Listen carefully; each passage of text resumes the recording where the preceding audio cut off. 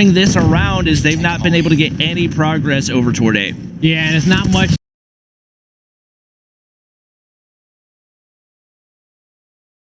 time left in this map as well. God, like if they want to win this in a 3-0 fashion, they're going to have to turn it around soon. They're going to have to find an opening to get into B. And if you take a look at the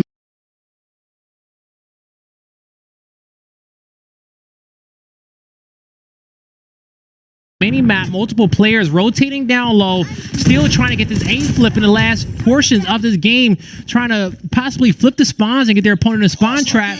But when it comes down to 3RB, they're having such a great lead where they're able to back up just a bit more, work as a unit, take some of these long-range sight lines, and the clock is about to work out in their favor. Yeah, and right now, if you're 3RB, all you have to do is watch A. You can tell everybody for Godlike trying to push for that A flip. That's what you need. That's what it comes down to for Hackney Yard. You have A in the second half, you win the game. They have C right now. They got to do something to change it. They got 4 takes on it, but 2 players for 3RB making that push in. He's gonna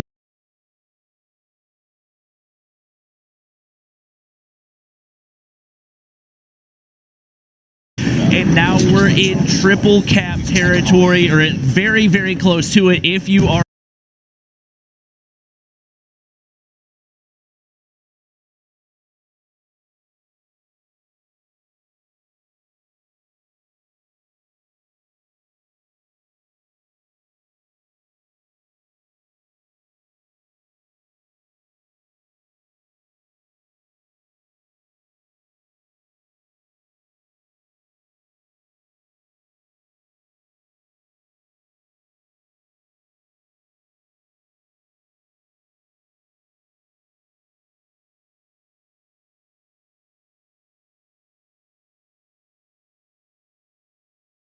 Are Godlike, they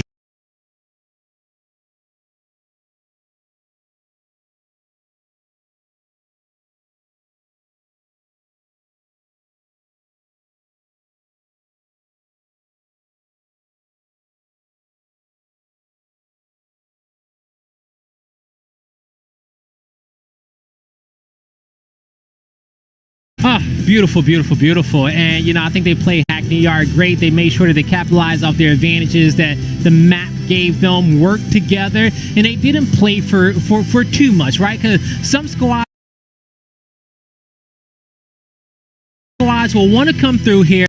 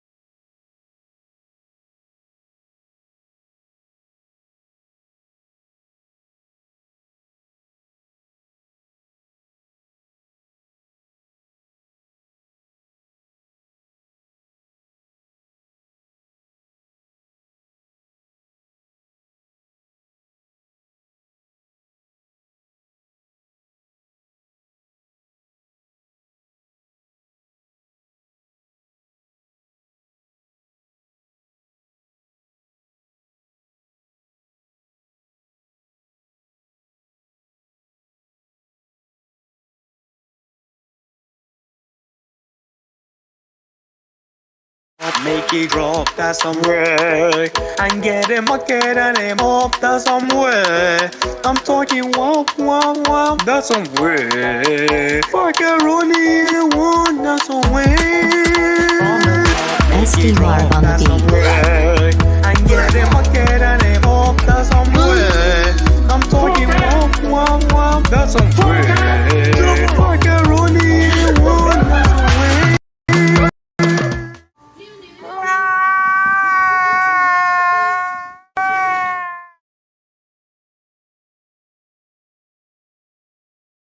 So this is going to be all about the rotations. I'm not going to say gun skill doesn't matter, but rotations are 10 times more important in this map. You know what? And me personally as a fan, I love that. I love watching teams, you know, because we know that at this level, okay, all these players can shoot, okay? We got 40 of the best players in the world, especially in the Middle East and Asia and South Asia region competing today, so we know that they got that in play. But when it comes down to strategy, discipline, composure, you're going to need all of that if you want to be a champion. And I know one thing is the one player on the side of Godlike that I'm looking to take over on this map is going to have to be Mino. We know he's going to be the IGL here for this team. And when you talk about rotations, when you talk about just the entire squad being on the same page, you need a super talented IGL just to get the boys on track. Yeah, that's so crucial, especially in a map like this where team chemistry is just the #1 most important thing. So we'll see if that is enough for Godlike to come out on top here. It does seem like when they don't mess up at the last second that 3RB can be absolutely lethal in the respawn. So we'll see what they've got.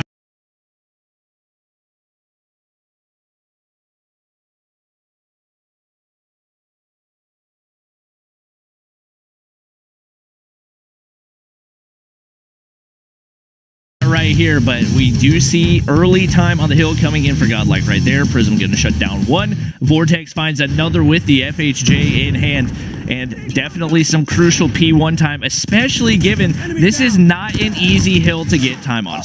All right, as we see, we kicked it off there with Prism. We got first blood in the map, but when it comes down to P1, it is going to be 3RB currently set up in the hill, but this is going to be a battle for control. And I think when it comes down towards this first hard point, it's really a 50-50 toss-up on who can win their gun.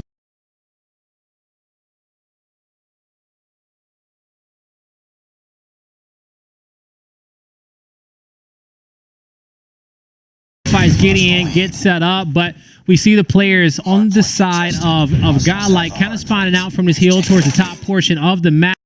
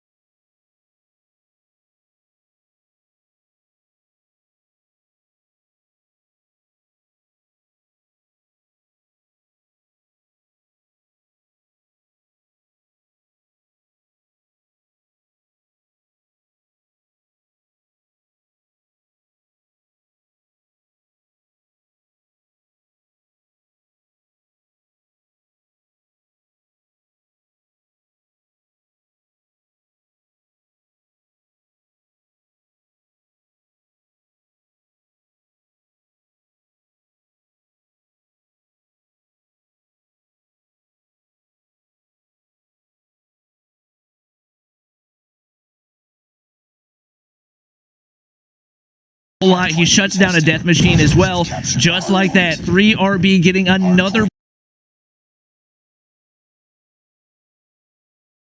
break, which is not easy to do at all on this map. We do see Dante. He's got a hunter killer in his hand. Could potentially pull that out. He's going to turn, and he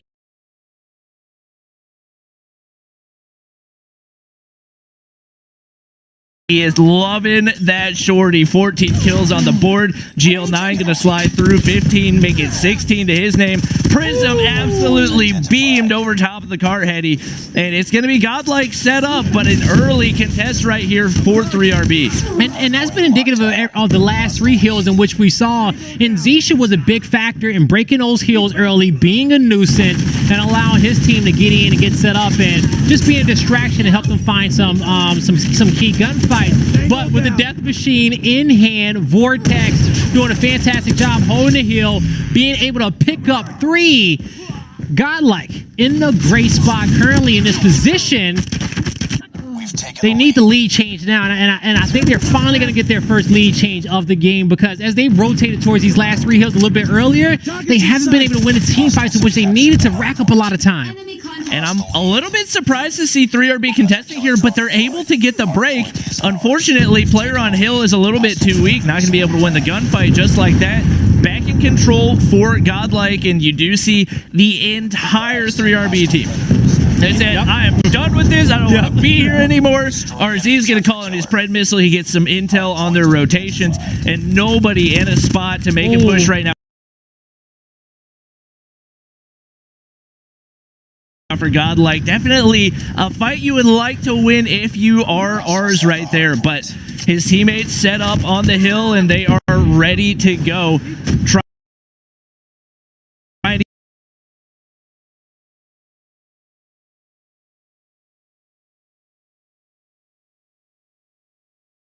Trying to get in position to hold this. Nobody on the hill right now. And not yet. Actually, a big flush out right there. They're still getting spawns, which is good for them. But they need to get a player on that hill to soak up that time, and they're just not able to make the cross. And Go9 is not able to get over there in time to really put himself in position to help clean up the kills and contest this hill. Instead, you see Godlike slowly move in, and they flip the spawns, and now they're in the power position. And I felt like 3RB, they have rotated to this hill a little bit earlier. You saw, we talked about it. They left 10 years ago, but when it comes down to them focusing on the same player in their team fire, it just wasn't on point there. Now Godlike seeing they got the death machine, they got the sentry turret as well, and plenty of score streaks to close out this series. 3-1, 20 more points needed for them. And if you're 3RB, there's no reason for you to get no time on that hill. You invested so much, gave up hard point time, and still ended up losing. Wolf trying to do everything he can to get his team back in it. He's trying to find a sentry gun that's a mile away, and it's not even playing a factor right now. You can see they do get that early control, and they were able to hold it pretty well on that first P1 rotation. And we are going to see... It is going to be them holding it down for now, but the break going to go in just like that for Godlike. Yeah, it is. Godlike, they're feeling comfortable, folks. This hill is pretty much locked in for them. 5 more points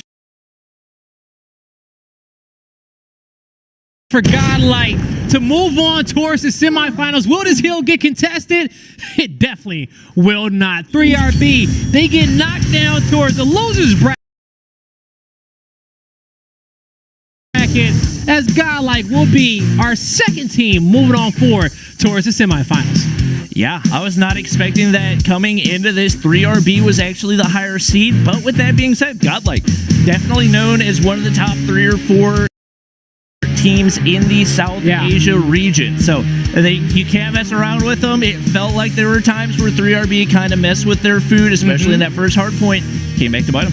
Yeah, man, you can't sleep on your opponents, folks, okay? We heard it from Monk kicking off the broadcast. He said it. You got to treat everyone equally, okay? If you start getting a little bit too cocky, too overzealous, you know, the vibes are maybe too high, you can absolutely get stomped, okay? Just do not underestimate your opponent, folks. That's what I'm trying to tell you.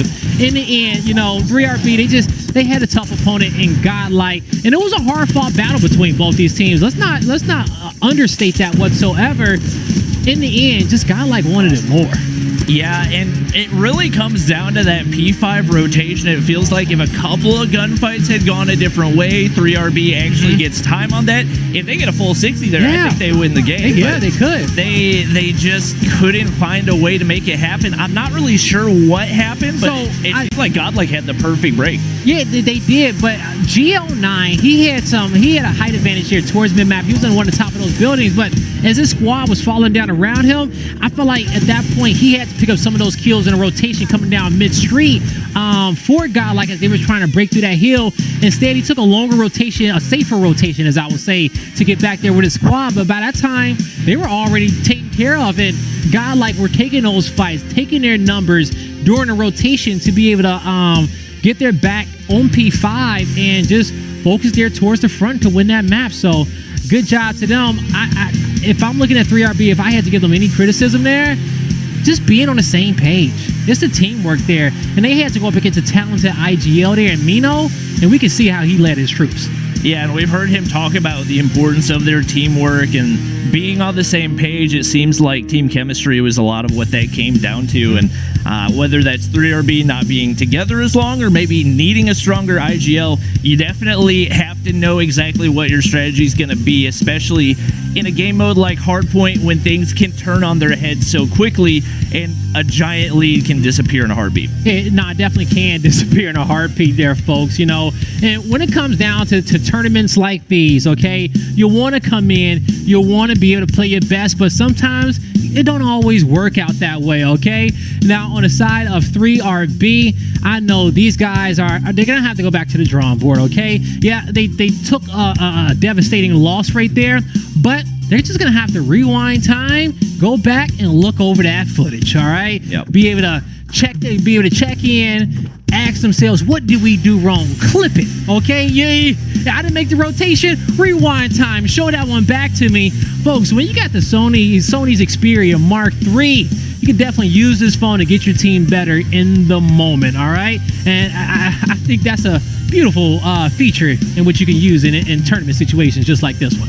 Yeah, definitely super cool. The ability to actually just capture clips after they happen. I think that's one thing that people don't want to put a million files on their phone, but if you can go back and get it afterwards, it makes it so much easier and just saves time. Exactly, right? Hey, rather if it's you grabbing your collateral snipe clip like we saw earlier today from Monk to show your friends and post on Twitter, or if it's just you grabbing clips for your teammates to get better and talk about it, the rewind time feature is definitely one for you. And in the series layout, you saw it. It was a close one, but a 3-1 victory on the side of Godlike, and they progress on over towards the semifinals, man.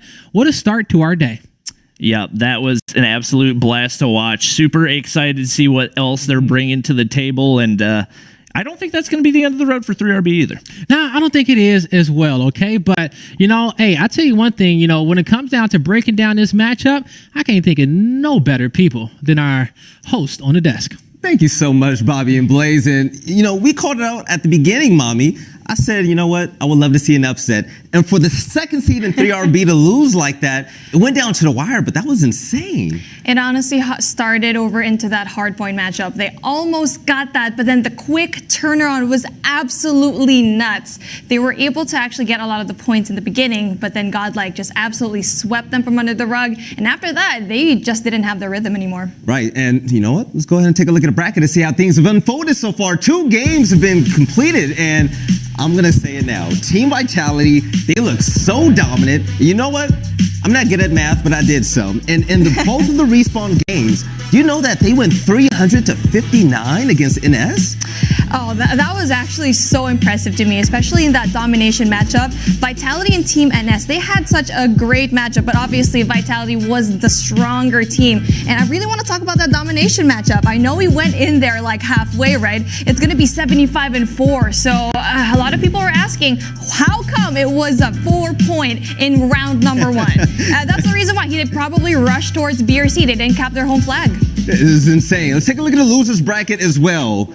Team NS and 3RB, I'm expecting them to make a statement. These teams, they did not want to end up here, but you know what? They still have a fighting chance to make it to the end.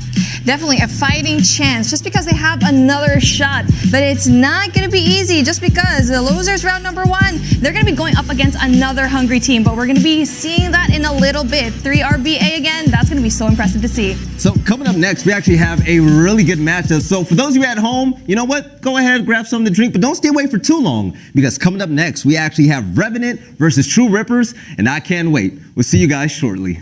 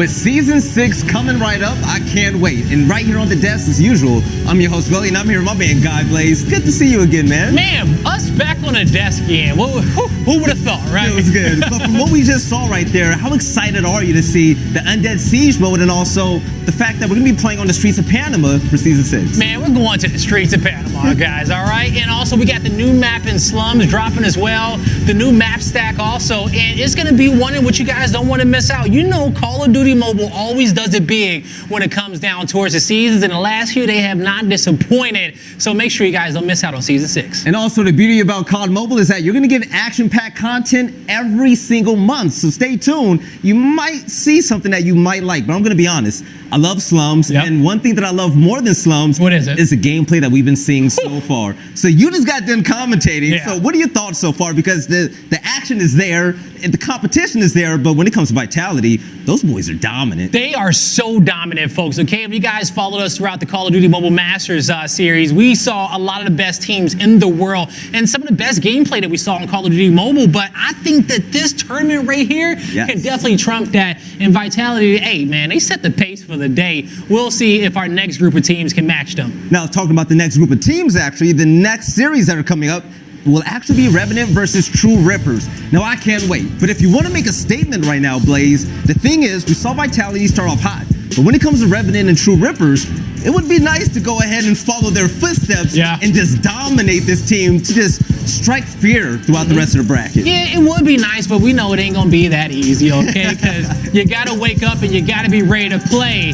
And let's see if these two teams are ready to put on a show. Now, talking about these two teams, I can't wait to see these two casters put in work. And I'm so excited to toss this over to Bobby and Beef Mommy. Take it away. Yeah, I'm super excited to watch this matchup. These are two, I feel like, very evenly matched teams. I think it's probably going to be pretty similar to what we saw in 3RB and Godlike. So I'm really, really pumped to watch these guys. Beef Mommy, what's your expectations? Absolutely, Bobby. I have the same sentiments as you, just because we already know that True Rippers are going to really take it. Revan, on the other hand, we'll see if they can actually take it to the next level. All of these teams here so far have been an absolutely amazing job. So let's see what is going to happen in the next few matchups. Yeah, before we hop into the matchup, we actually had the opportunity to talk to one of the players from Revenant Esports. So we're going to see what he's got to say about today's matchup and his expectations for his team.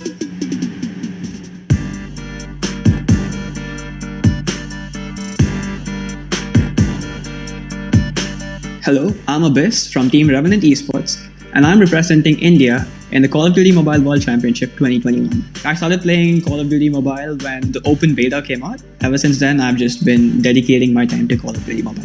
In the beginning, I guess, we were all very nervous because these teams, they had players that we used to look up to. These were the people that we learned from, But then now, we've gotten over it when we play more and more with them. We studied the greatest, and I feel like we're the greatest right now. It's no more just a game, the people that you meet through the game, they're no more just friends. They've become like a part of our family. We play with them every day, we talk to them every day, and we share everything with them. And I guess the other biggest thing that Call of Duty has helped me with is probably with my education, as surprising as it would sound, because I'm using the winnings that I earn from the game to fund my education and in a way to ease pressure off of my parents. They just thought I was wasting my time. I mean, not necessarily wasting my time, because my parents have always been very supportive of me playing the game. It was like a promise that I made, like, I'll top the class and you let me do whatever I want. And what I want is to play the game. But then as majors came, we moved to a boot camp, and then a lot of things happened. We won, we lost, a lot of emotions. So at that point, they kind of understood like how much the game meant to me. Now when I tell them about the World Championship and they're like, yeah, come on, get it, you have to win this, and I know you're gonna win it. Keep cheering for us and we won't let you down, and we're here to win this World Championship.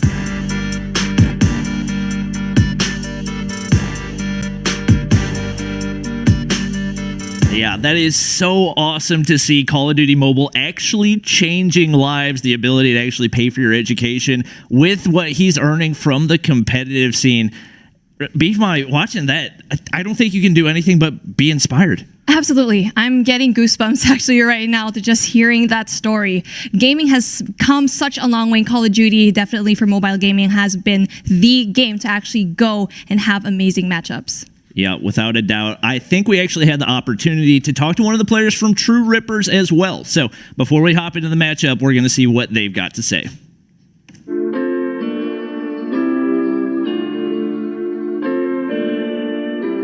Hi everyone, I'm Vivan, also known as TR Fakes.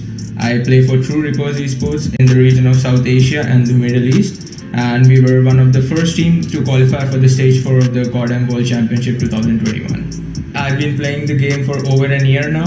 I started the game pretty late compared to my other teammates and everyone in the scene. I started in the season 3 of the rank. Basically, I started for fun in the starting, but then everyone got pretty serious, so we were like, let's give comp a try.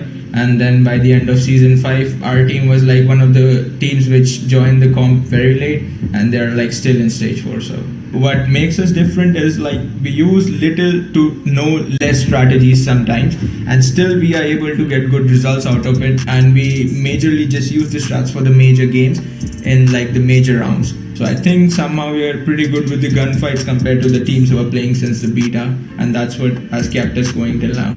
Outside of the game, since I was a very introvert kind of a person, it has helped me build relationships outside the game with my teammates and with the other teams and all.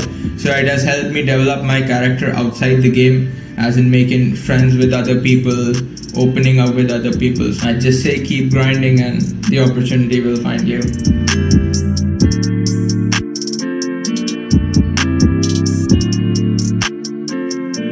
I mean, that's just another amazing story about what Call of Duty Mobile can do for people. To me, it's a little bit embarrassing because I've been playing the game since before the beta, and it seems like even though he started in Season 3, he's already better than me, so I don't know what to do with myself, but I guess that's why I'm here talking about it, and he's there playing it. So, Beef Mommy, looking at the maps, what do you think we've got in store for us, and which of these are you looking forward to? I'm excited for Summit Hardpoint just because it's such a small map and the rotation needs to be tight. That control and top control room is absolutely key. Firing range search and destroy though, very classic map. You already know it's going to be that double sniper that's going to be absolutely blazing here. Standoff domination on the other hand, a very classic map, and it's really up to that rotations as well. Yeah, I don't really see any maps here that I'm not excited to watch. So, like I said, I think Summit's a super underrated map. I always love watching it on Hardpoint, and that's what we've got in store today for game number 1. It's going to be Revenant versus True Rippers. Who will come out on top? Guess we'll have to wait and see as we hop into game 1. It's all about the power positions over here, and a very quick start. It's going to be very interesting how we're going to be seeing the control room number 2 take over, and it seems to be like Revenant's going to be having a takeover. Yep, contest early on. It is going to be True Rippers getting the break here early. I got a lot of players setting up in that bottom side. We see the MX-9 coming into play. Definitely incredibly powerful in the close range, especially with so many variations of attachments that you can use to make it really effective for hipfire, all those things. True Rippers making their best use of it in a pretty much Fennec-dominated game that we've seen so far. It's all about the close range guns that you're going to be able to use, and the Fennec is definitely going to be abused. And it's going to be top control yet again right now for the side of True. It's going to be interesting how they're going to be able to go and rotate to the next hardpoint just because there's only 9 seconds left on the clock.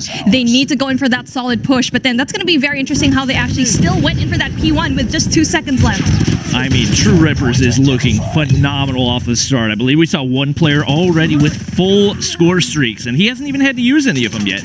You can see they're already getting that rotation on into P2 right there. It is going to be a break going in for Revenant, but wow, a lot of gunfights going the way of True Rippers. That Pred missile going to come on in as well.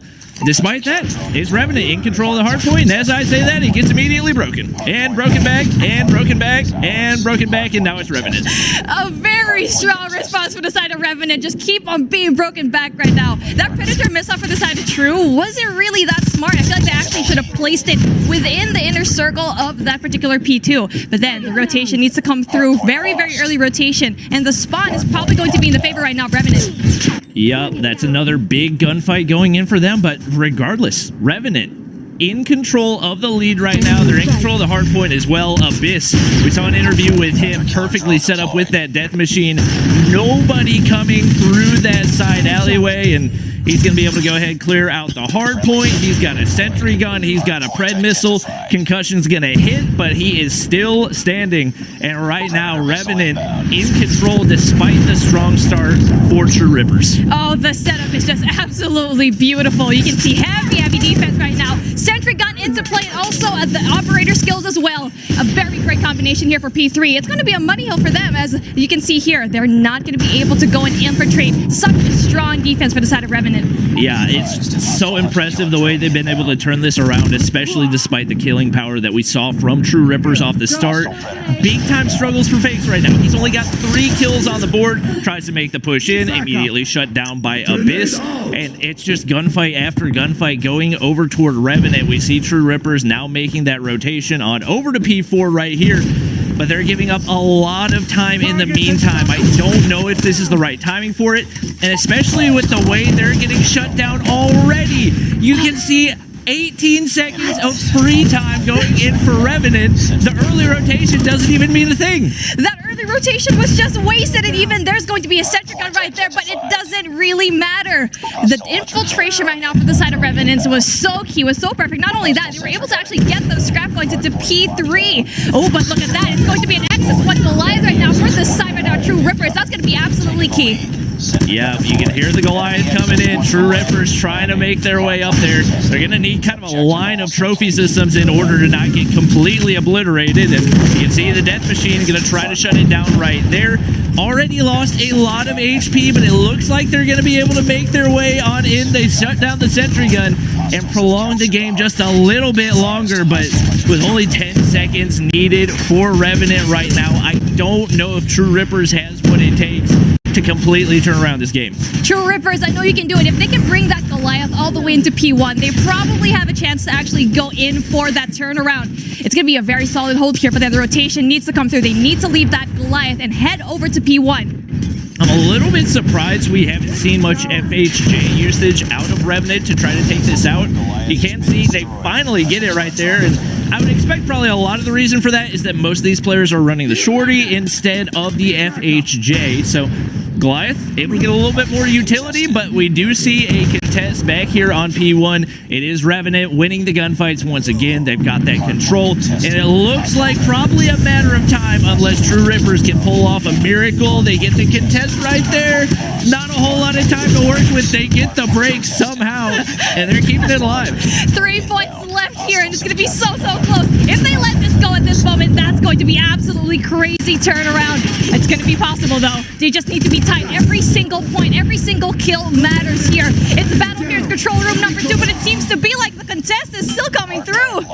This is I can't. This is the longest contest I've ever seen in Call of Duty Mobile. They finally get the break in the contest again. It's 149. Finally, Revenant comes out on top right there, and they do get the win in game number 1. That was just crazy. And just like that, I actually thought it was going to be such a close game, but Revenant is going to be so nice with their rotations, with the kills, the gunfights. Not only that, it's actually in that P3 hold where they were able to shine. Yeah, that was just a really good combination of early rotations, gun skill. Even with so many kills going in, you saw a bunch of score streaks for True Rippers off the start, but after that, it was all Revenant. You saw the 1 score streak going into that P4 rotation, but once it shut down, it was pretty much game over. The XS1 Goliath into play, that was really nice. That was supposed to be the time for them to actually go and pull through all of those points, but sadly, they weren't able to actually bring it into P1. All right, well, we actually have another matchup that's happening right now, and one of these teams is probably a fan favorite to win the event, Insidious versus Unbroken, happening right now. So we're going to go ahead and take a look at that one that is already underway, and you can see Insidious, as expected, already taking the lead. The lead is not going to be that easy, though. Again, another Summit hardpoint here, just like the matchup we saw a while ago. Insidious, though, going to be the strongest team in India, one of the strongest, really going up against a team like Vitality, but it's going to be Unbroken that's going to try to break into the defense right now of Insidious. Yeah, and Unbroken not having a whole lot of luck breaking right here, as we do see the LMGs coming into play. Neutrino, bottom side, finds one on the top side, and if you look at the kill feed, it is all Insidious all the way. Surprise, going to be able to get a 2-piece right there, but they don't get any time on the hill out of it, and when it comes down to it, that is what matters. You can see Learn in the top side getting a couple as well. It is Insidious already set up on P2, and they are big chillin' as those score streaks start to come in. Ice Cream chilling over here in Summit as the cold is going to be heated up just because of the matchup that we are going to be seeing here. P2, it's a very strong pull for the side of Insidious, and you can see here it's going to be 0 and 63 still. I think they want to keep it that way.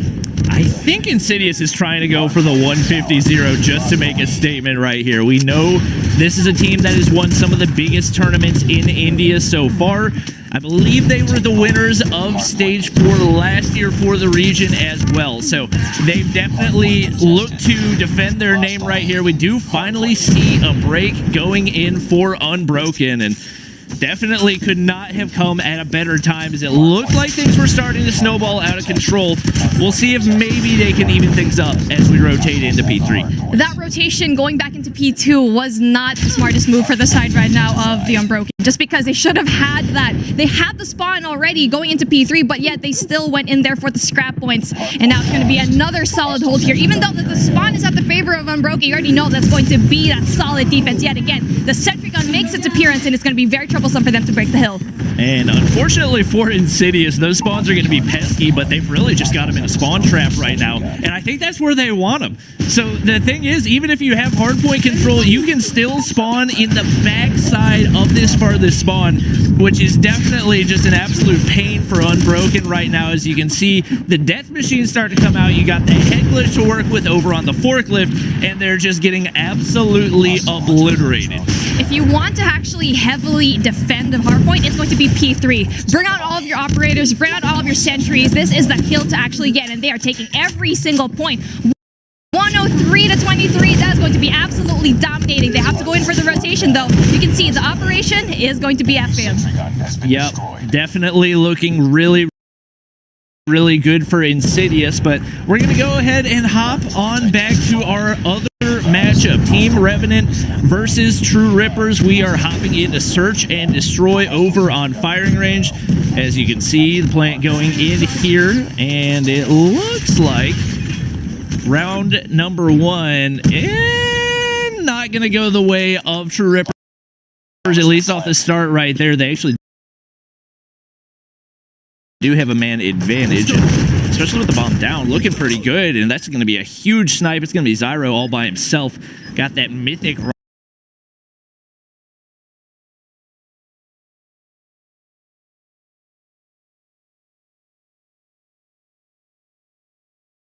Tech in hand, trying to make some crazy plays. He doesn't know Kevin's on the lurk over in that mid area, and that's going to be a snipe for him. That is round number 1 going on in for True Rippers. Firing Rangers and Destroy, you need to have strong snipers here. You need to have that strong sniper presence. Not only that, you need to have that double sniper if you really want to pull through. If you're confident enough in your teammates to actually pull through with that double, you're definitely going to have that upper hand. Now, it's going to be a very heavy push, really aggressive push going into that A-bomb site, but then one person is going to be lurking from behind. Yep, and no first blood right here. A little bit surprised at how soft the defense is for Revenant. Zyro's going to have to back up down to like 5 HP right there, and especially as you spray through that smoke, Reaction going to be able to get a little bit of intel, but Bones with the push on in.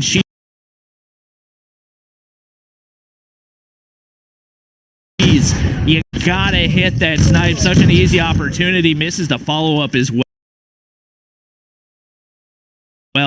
That's definitely going to come back to bite True Rippers as Techno now waiting, lurking in that little sandbag corner. Kevin trying to find an angle to hit a snipe. Reckless right down below. He has no idea right now. This could potentially be an easy kill for Revenant if they're able to get a little bit of an angle out, but he's going to chill there, and right now just trying to get that information. True Rippers with a reluctance. They actually should have had that in the bag into that A-bomb site. And the defense wasn't actually that solid for the side of Revenant. They didn't even have sight and armory, and that was probably their demise. They didn't push through, and now the rotation is going to be coming into that Bravo site. They're going to be able to spot one, though. Get one, but there's going to be too much. It's going to be 2 people right in there. And just like that, only 2 players remain for True Rippers. It's going to be a 1v5 5 for Kevin. Finds 1. Can he make it 2? Not going to happen right there. He's going to get shut down. I believe I just noticed he's using Hardline. It's Search and Destroy when you could be using Dead Silence. I'm just going to go ahead and say that's not the move. You don't need to be playing for score streaks in Search and Destroy, but you know what? Maybe he has some information that I don't. Definitely saw some snipes right there. Oh, and Kevin gets a hit marker. Not going to be able to get the kill shot. Has the angle, the jiggle peek, going to be able to evade. And really missing some crucial shots for multiple players on True Rippers. That would have been such a big kill. That information coming into that top 10 was absolutely crucial. But then they're going to be playing a little bit more of a passive approach, which is going to be very good. Just I feel like it's going to be better for them to be passive because they tried to go on the aggression, but they keep backing away for some reason. The information needs to pull through. They need to play for picks. Get one. Once the information gets to you, go for the play.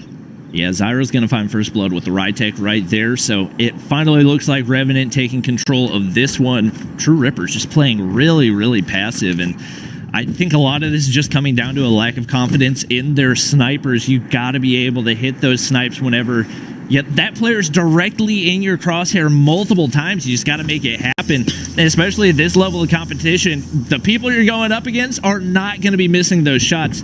Super crucial as Techno makes his way on up to the B site right here. The Holgers trying to hit the wall bang. Nothing going in quite yet, but one player shut down. It is Techno in a nice spot right here. He hears the shot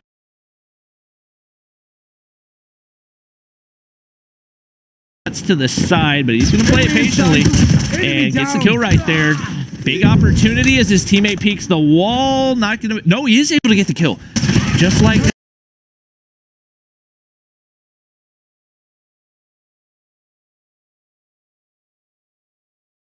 True Rippers.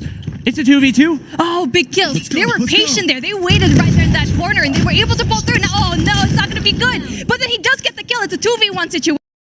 It's still very doable. He needs to go and pick up the bomb. They have sights on Bravo though, but then with 15 seconds left on the clock, it's not gonna happen as Syro finishes the job and finally getting that 2-1 here. Firing range is a very tricky map if you don't have a really powerful sniper. Yeah, that's one of the big upsides of the Rytech is it actually has a way faster rate of fire than most of the bolt actions. It's relatively similar to the Arctic 50 in that capacity, but it has a bigger lethal zone, so a lot of upsides for that. You can see True Rippers getting real aggressive over here on the A site, and it looks like they're going to be able to take control. Nobody really there to defend. Big first blood goes in for Fakes, and another one going to fall for Revenant. This is a huge opportunity that True Rippers needs to capitalize on, but they got to be hitting those snipes, and especially with the way Zyro's been playing, they really need to keep an eye out for him. Another big frag goes in for reaction. It's going to be Zyro.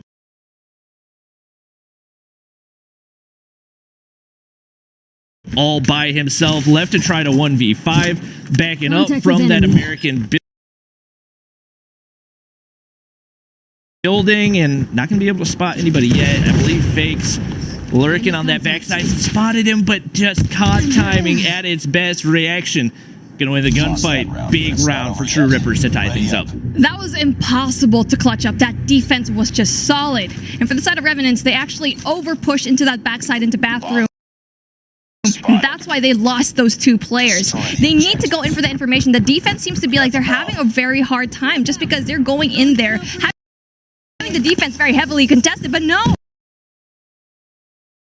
You can see here a bad read. They're actually going to be heavily stacking A, but the rotation is going to be coming through B. No one is going to be guarding Bravo. Yeah, I'm shocked they did not send a single player to the B side. Like, I will say, True Rippers has been relatively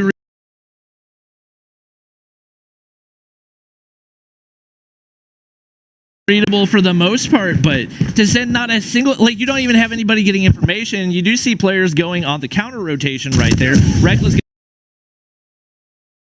gonna slide the corner, wins a big gunfight. even with the bad read, it's not going to matter. They win 2 gunfights right there.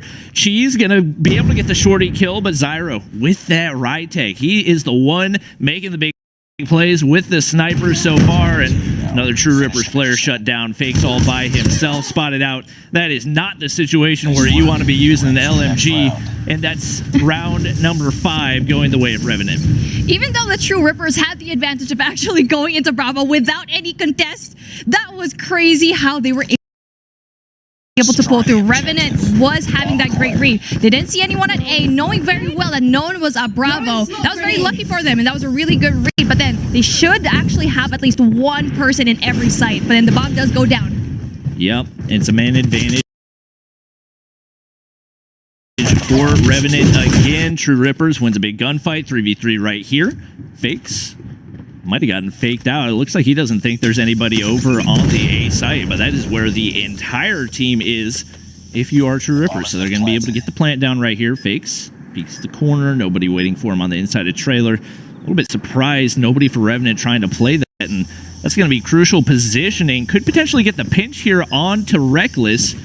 I think Reaction probably going to spot him right there as 2 True Rippers players make their way into trailer. And it looks like this is kind of the game plan for Revenant. I've got a feeling they probably have a sniper set up and ready to go for the retake. And oh my gosh, Reckless finds the 2-piece right there. Can he make it 3? Cheese going to be able to win it, but not a whole lot of time to work with. Got the Holger, not going to be able to hit those shots. He hits it. He gets the kill right there. I don't know if he has enough time, even if he does. They should be there to get the kill, and a little bit of a risky play from Cheese as he doesn't take the shots, but the bomb gonna blow him up at the last second anyway. Revenant, great play for time, but that setup was actually very impressive. It was all up to Reaction to get that kill, but sadly he lost the gunfight, essentially leaving the 2 people in trailer vulnerable. They weren't able to make the push, and eventually leading to that 1-2 clutch. Not be able to really go for that bomb though, but then you can see here, big opener right now from Abyss. Yeah, it seems like Revenant is just the more confident team. We see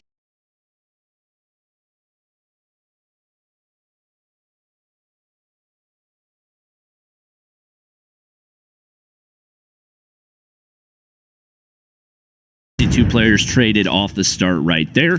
True Ripper Snipers finally starting to hit some of their shots, but it's gonna actually snowball right there. Cheese finds one with the Holger as well. They are, despite that, down to 2 players. It's gonna be a 2v2 right here. Correction, 3v2 right here. One of the players was just regenning, my bad. Right tech shot not gonna land for Zyro right there. 3 players trying to push their way in. This is Reckless' favorite spot, and he's making the most of it. They're going to peek the corners. He can't get a 2-piece like last time. It is going to be a huge shot for Zyro right there with Fakes. Gets the trade just in time. They're going to be able to get the defuse. An absolutely massive round going in for True Rippers, as that would have put them at 5-2, which would have made the comeback next to impossible. That must have felt good for the side of True Rippers. That was crazy. They were at a disadvantage, but they don't care. This is what I look for in a team. When even though they are going to be 1 man down, it doesn't matter. We can see individual gunfights absolutely blazing through. It's going to be a very passive approach here. Revenants are going to be a little bit quiet. They're going to be sitting really quietly here in the side of wood. They need to do that just because they lost the last round. That confidence might boost up for the side of True Rippers. And you can see True Rippers playing this pretty evenly spread across the map right now. No real heavy push toward one side or another. That was one mistake that we saw Revenant make when they were on the defensive side, is they full sent to A and the entire opposing team went to B. So it seems like the defensive strategy is there for True Rippers. Do you think they got a chance at this comeback? Most definitely. Their defense is solid. They're better in that defensive strategies. We've seen it already. They're going to have a hard time on the offense. They need to go in there. Have that control in armory. That is the eyes that they need to see. But here we go. The information is probably going to come in through Kevin. They need to go into the rotation. It's going to be a little bit too late. They don't actually see it. 4 and 1 need to go into the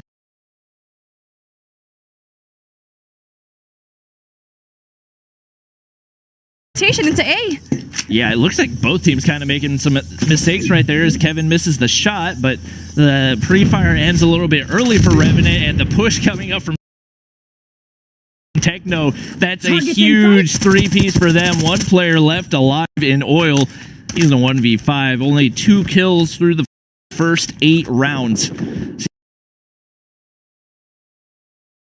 Seems relatively unlikely that we'll see the 1v5 right here, and Fake's gonna shut it down real quick. Just like that, we are tied up at 4-4. This is the confidence that I've been telling you guys. This is what you need. One big play to really boost you up. The defensive side is going to be very solid for the side of True Rippers. But then, that was a very faulty match for both of these teams. We should have seen an early rotation for the side of True Rippers, and as well as for the side of Revenant. But here we go. It's going to be an aggressive push into A. And Techno gonna be able to win 1, can't make it 2. That's gonna be 2 players down for each team right there. And as you saw from the scoreboard just a second ago, the snipers dominating this as Kevin has made big play after big play with the sniper in hand.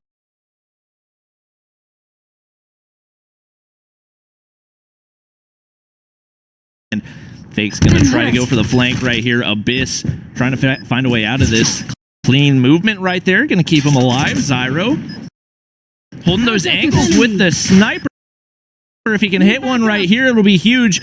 He should be able to spot Fakes, but he's gonna miss one there as well.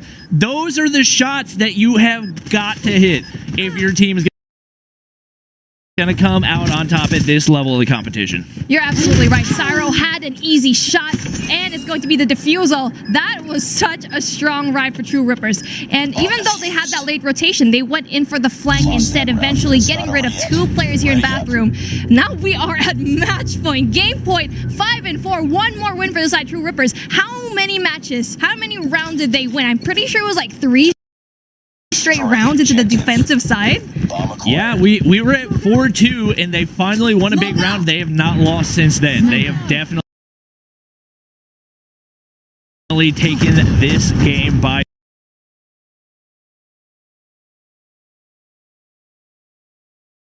storm, and Revenant gonna get first blooded again.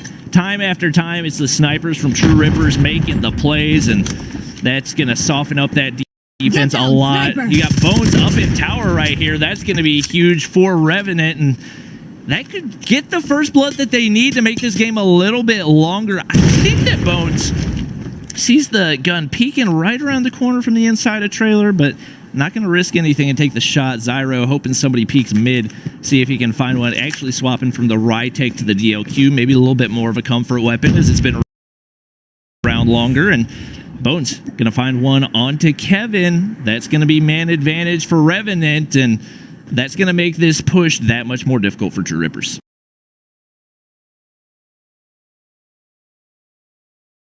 Big kill for Bones, but then the flank is gonna ensue here. This is gonna be very tricky, but then they spot him. Good needs to win that gunfight, but loses it. That's gonna be so hard for them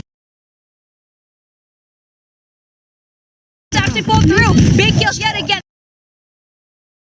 This is going to be a 1v3 situation. Trailer control is key. Reaction can still probably win this if he actually can able to pick that one person, Reckless, into that trailer. Yes, doesn't quite get it though. Reckless, that was a great push. Yeah, he had the right idea with the slide peek, but just did not hit the shots, and that's really what it comes down to. So now we have ourselves around 11. Both of these teams going down to the wire right here, obviously flipping sides. So True Rippers going to be back on offense where they didn't really look all that strong for the majority of the game, but we do see 2 of the first kills going to be absolutely crucial. They're ready for Revenant to make that push on the backside of trailer as well. Major assist goes in. It's a 2-man advantage right here, but 2 come in. Revenant making the plays, but it's action on the inside. It's a 3v1. The AS Val gonna find 1 for Oil. He hasn't had a whole lot of luck all game, but he finds 2. I don't understand how he made it happen. We're in a 1v1. Techno's over on bomb. Oil waiting, trying to find a little bit of sound right here. He's not gonna spot anybody around the corner. Techno on the bomb. He's playing that head glitch. You get the contact from enemy's audio cue, and he now knows he needs to make that push in. Trophy system going to shut down the nade, slowly making his way in. It's going to be tough to contest, but he's got the head glitch to work with. Could potentially win the gunfight. Techno might have waited too long. He's going to take the shots, but he doesn't have an angle.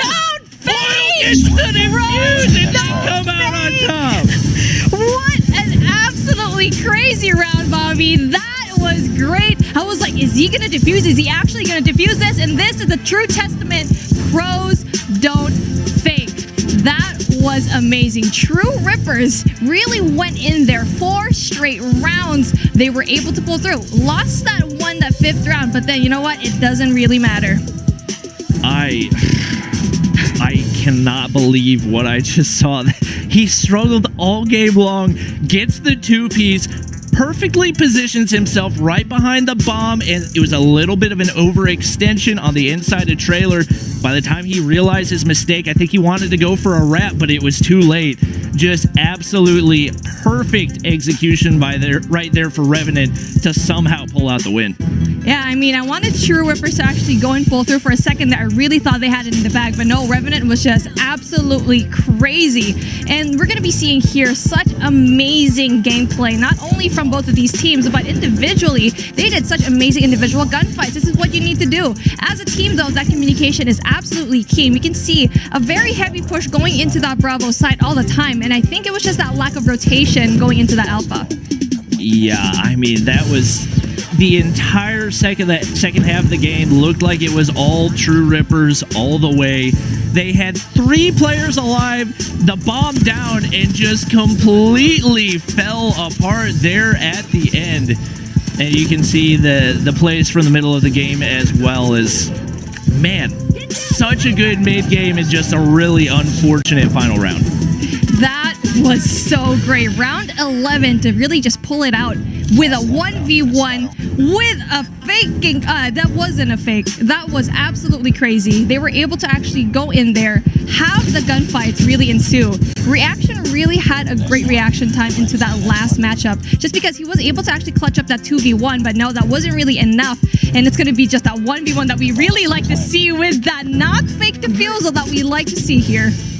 Yeah, I mean, watching this back, I still can't believe that it happened. It just seemed like at every point, Oil was in a position to lose the gunfight. When he made his way up to the bomb site, I was like, okay, he might have a shot at this, but really, all that True Rippers had to do was peek out a trailer, and you can see he realizes his mistake as he tries to exit trailer. He hears the audio cue, but by that point, it's too late. The defuse goes in, and what a clutch for Revenant right there. If you're True Rippers, is there any way you bounce back from that in game number 3?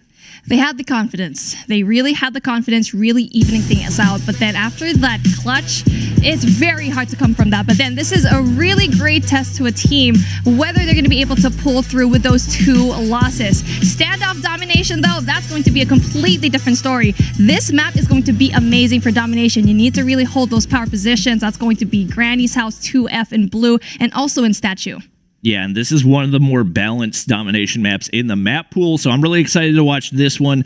I think these teams are really going to give it their all. I mean, if you are True Rippers, you can go 2 ways with this. You can just be absolutely mentally shattered and just give up, or you can have that motivation of knowing we should have won that last match and let that carry you through. So they did look pretty weak in their first respawn. It looks like they've gotten warmed up a little bit more. We'll see if they can bring their A game here in game number 3. It's a new game, it's a new map, so they shouldn't just forget the past and really look into the future and really pull through as a team. They can really do it. Both of these team leaders, we already know how strong they are. The communication needs to be key. They've gone through so much to go up to this point, but it's not going to be the very end, though. I really want to see a match number 4 just because of standoff domination. You can see a lot of clutches here. I want to see a 149 and 150. Yeah, I would love to see that. Most of our domination matches have not really been all that close just because we've had a lot of maps where it can start to snowball pretty quickly, or in the case of our takeoff domination, it can snowball from the start and you only get 4 points in the first half. I don't anticipate that we're going to see that from these 2 teams. Even though it was a little bit lopsided in the first respawn, I think that True Rippers is warmed up and ready to go for game 3. It is definitely going to be warming up. Standoff is going to be the map that we really want to see, and it's our first domination here in this map. So I want to see what is going to be pulling through for both of these teams, knowing very well that True Rippers is going to have a hard time and that pressure to pull 1 point to really bring this into a game number 4. Yep.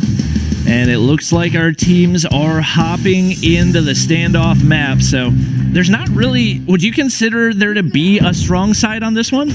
Well, I actually really like to have that side of the alpha flag just because you have that 2F in blue. You have a faster side from Grandma, but no, you can see here, it's going to be a fax reaction over here for the side of True Rippers. They're going to be capping B really quickly. Yeah, they get a lot of progress right there. I think they're going to go a fraction of a second away.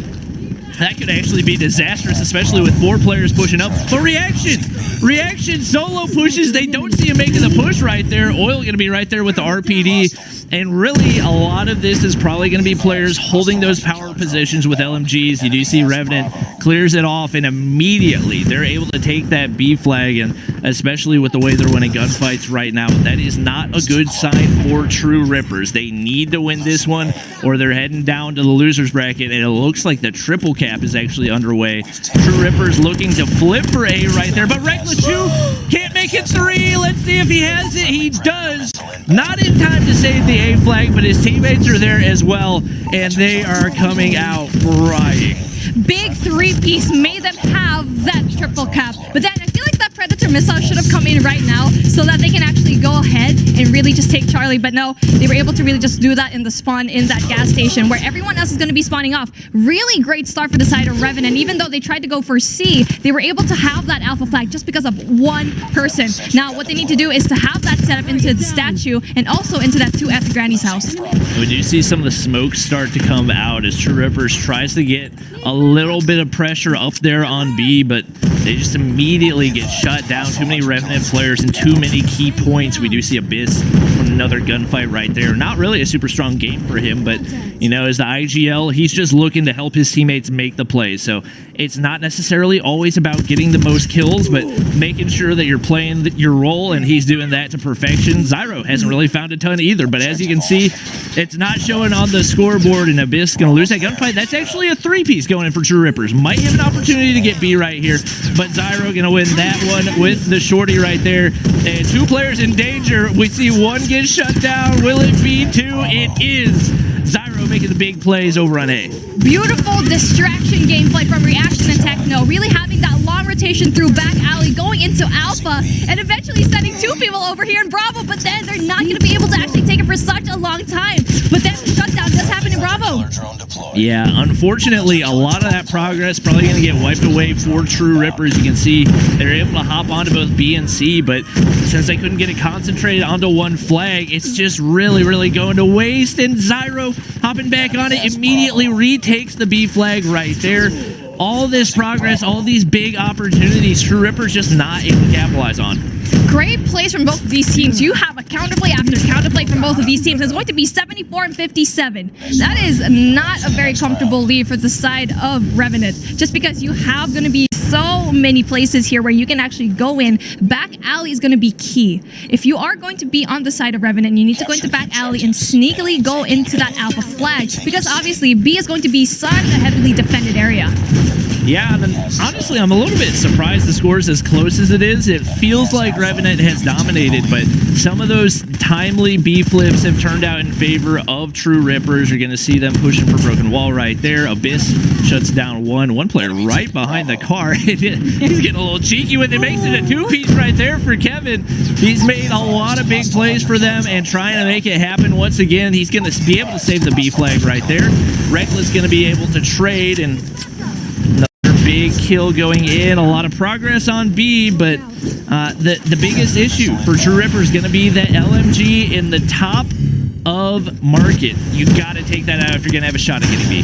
Absolutely. Fakes needs to go down because he's providing so much pressure for the side of that Bravo capture, but then Abyss, big kills. They need to go in there. They need to go in, but yes, there you go. Cyro's going to be able to actually take out Fakes with a shorty. Ooh, and it looks like we might have a triple cap right here. Cheese trying to get the progress onto B, but Solo, I just don't think this is a move right here. So many angles you can get killed from. He's going to drop again. And just a lot of missed opportunities right there. And that's why team chemistry is so crucial. Your teammates have to know that exact moment you're going to pounce on B flag. At this level of competition, a solo cap's just not going to cut it. Yeah, solo capture is not going to cut it, but if we keep seeing that solo pushes, they need to really move as a team. Oil actually could have had that kill over in C, really just prolonging that triple cap, but sadly he really just lost that engagement. Bravo, though, is not going to be safe for both of these teams. They need to go in for the cleanup. Revenant's going to be able to do that, but then the shutdown does happen for the side of Bones. He's going to be able to pull through, but then just a little bit more points. They can actually do this, but the setup is just too heavily defended right now for the side of Revenant. And right now, True Rippers is just getting really, really tunnel vision, and Bones is feasting because of it. He's just sitting there, LMG, Death Machine, spray, spray, spray, all the free kills that you want. 23 on the board, probably more at this point. Absolutely frying, and we are now in triple cap territory for True Rippers as they are very much in danger of getting 3-0'd right here. Bones frying once again, 28 kills on the board, just doing whatever he wants with that Holger, and it's only a matter of time before Revenant closes this one out. And this is why we can see the Holger 26 is absolutely used here, and not only in pro, but also in rank. This is probably one of my favorite guns, and actually it's going to be very unique to see the RPD here. But here we go. Very quick cap here, but then just loses that gunfight as Cyro is going to be able to actually finish the job. They keep struggling. They keep trying to go for that Bravo push, but you can see the overextension right now for the side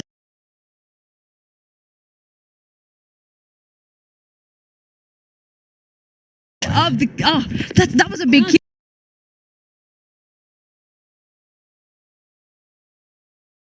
Revenant was actually able to stop that push. They're going to be able to go for that spawn trap. Yeah, I don't think there's enough time for True Rippers right here.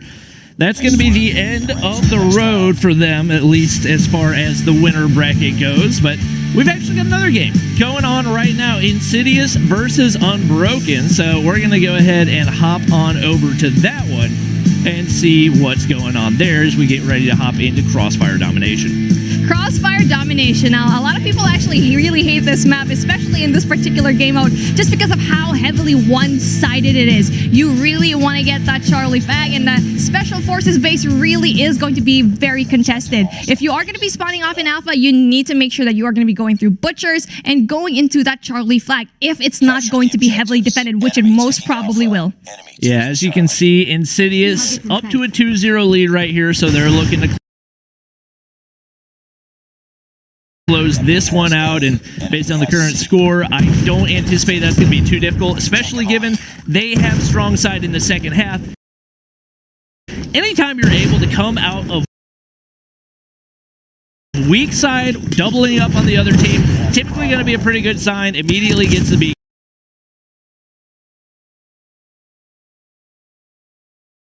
cap right there. They're winning the gunfights. Trunks has a sentry gun. He can set up wherever he wants to. Does get shut down by surprise. Maybe a little bit longer range than you want to take with the Fennec, but not really going to matter at this point in the game as they have complete control of that B building. Surprise, not going to be able to win the gunfight, and Vegas just chilling up that top side. They're just going to be so confident to the fact that they overpushed with a Fennec. I would probably just send a Holger there, but you know what? It doesn't really matter. But you can see here, it's going to be a very early push into Bravo. It's going to be Saw all by himself, but with the assist of his teammates, Surprise, but finally gets the cap. They weren't going to be able to see it. They're probably blindsided, but they're also getting those kills. Yeah, miss on the gravity spikes right there. Both players able to dodge that for Unbroken. So they've still got an opportunity right here. This is not going to be easy to hold by any means, and honestly, if you're Unbroken, you probably want to try to push for the C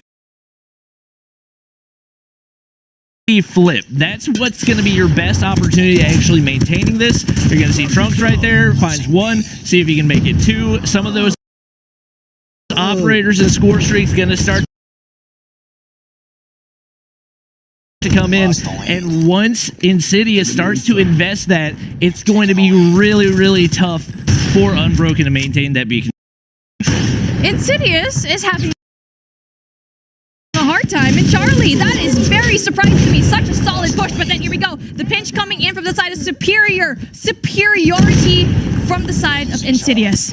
And it's not going to be that easy. As you can see here, the sentry gun comes into play. Big score streak play here for the side right now of Unbroken. Unbroken teamwork, that is definitely amazing. Yeah, we saw one player actually making the push for C, which I like to see from Unbroken right here. Especially for a team as experienced as Insidious. I'm surprised by what I'm seeing, but surprise is actually there to get the kill as well, and it is finally going to be Insidious making that push. They got 3 players, and like I said, once you start to invest some of that big-time utility, the score streaks, the operators, that's when it gets really, really tough to hold that B flag. We do see Unbroken getting a little bit of time, but they just don't have enough. They've used up too much of what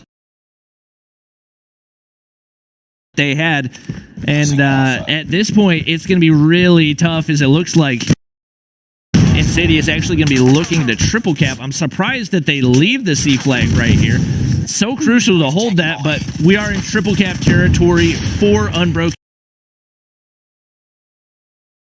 Anyway, not a whole lot for them to work with. That was impressive to me. It's 97 and 131. It's still actually very doable, but no, it's actually going to be that Predator missile that stops the push. You know what, Bobby? You were actually correct with what you said a while ago. They heavily invested into that early round 2, and in return, they're not going to be able to go and push through. Loses that gunfight, but then 2 of these teammates actually able to go in for that defense, is going to be able to actually get that Bravo. They need to go in here, use everything in their arsenal to really have that heavy defense. Yeah. And we do see a lot of players just getting absolutely beamed there off of B. Insidious in complete control right now. Trunks, shotgun shot. I believe that was a 3-piece with the shorty. That's a secondary. By the way, they're going to be able to close out game 3 as well.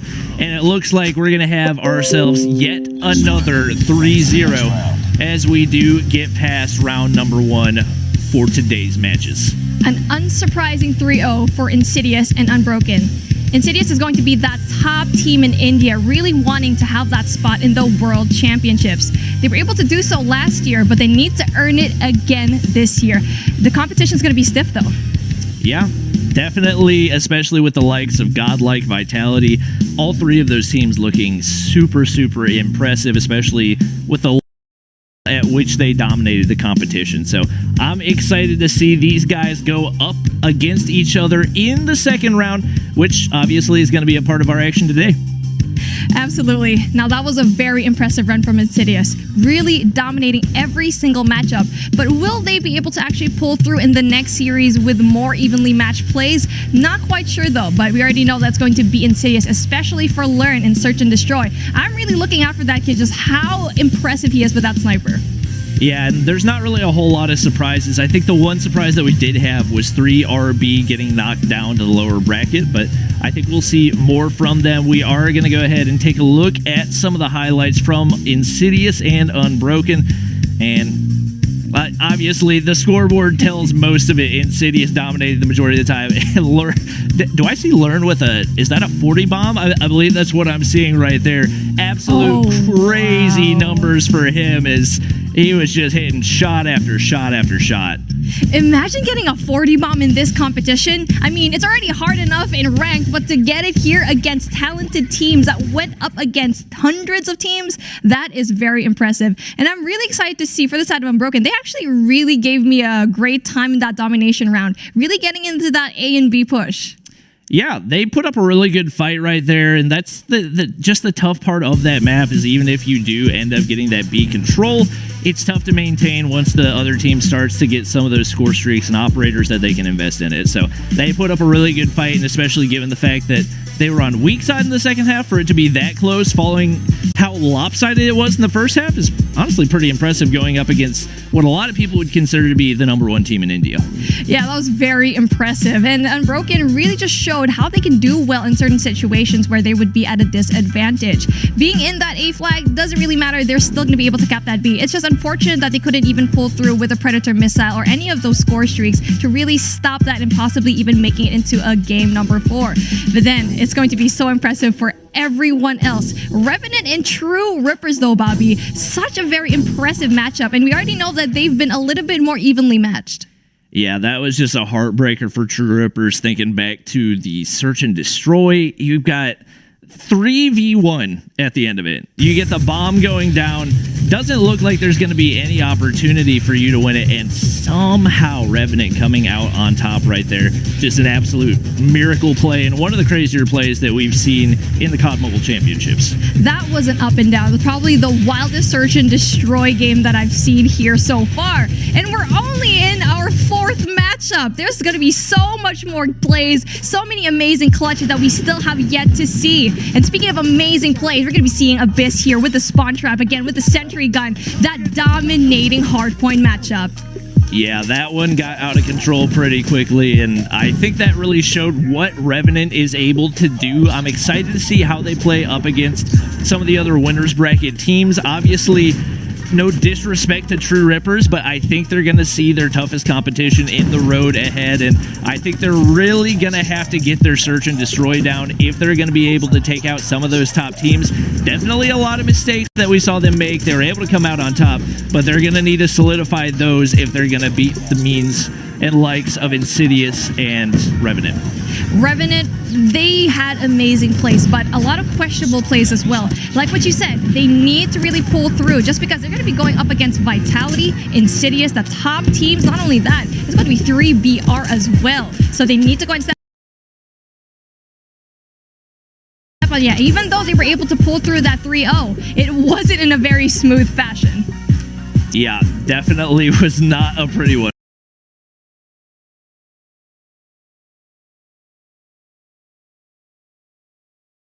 But you know what? Sometimes you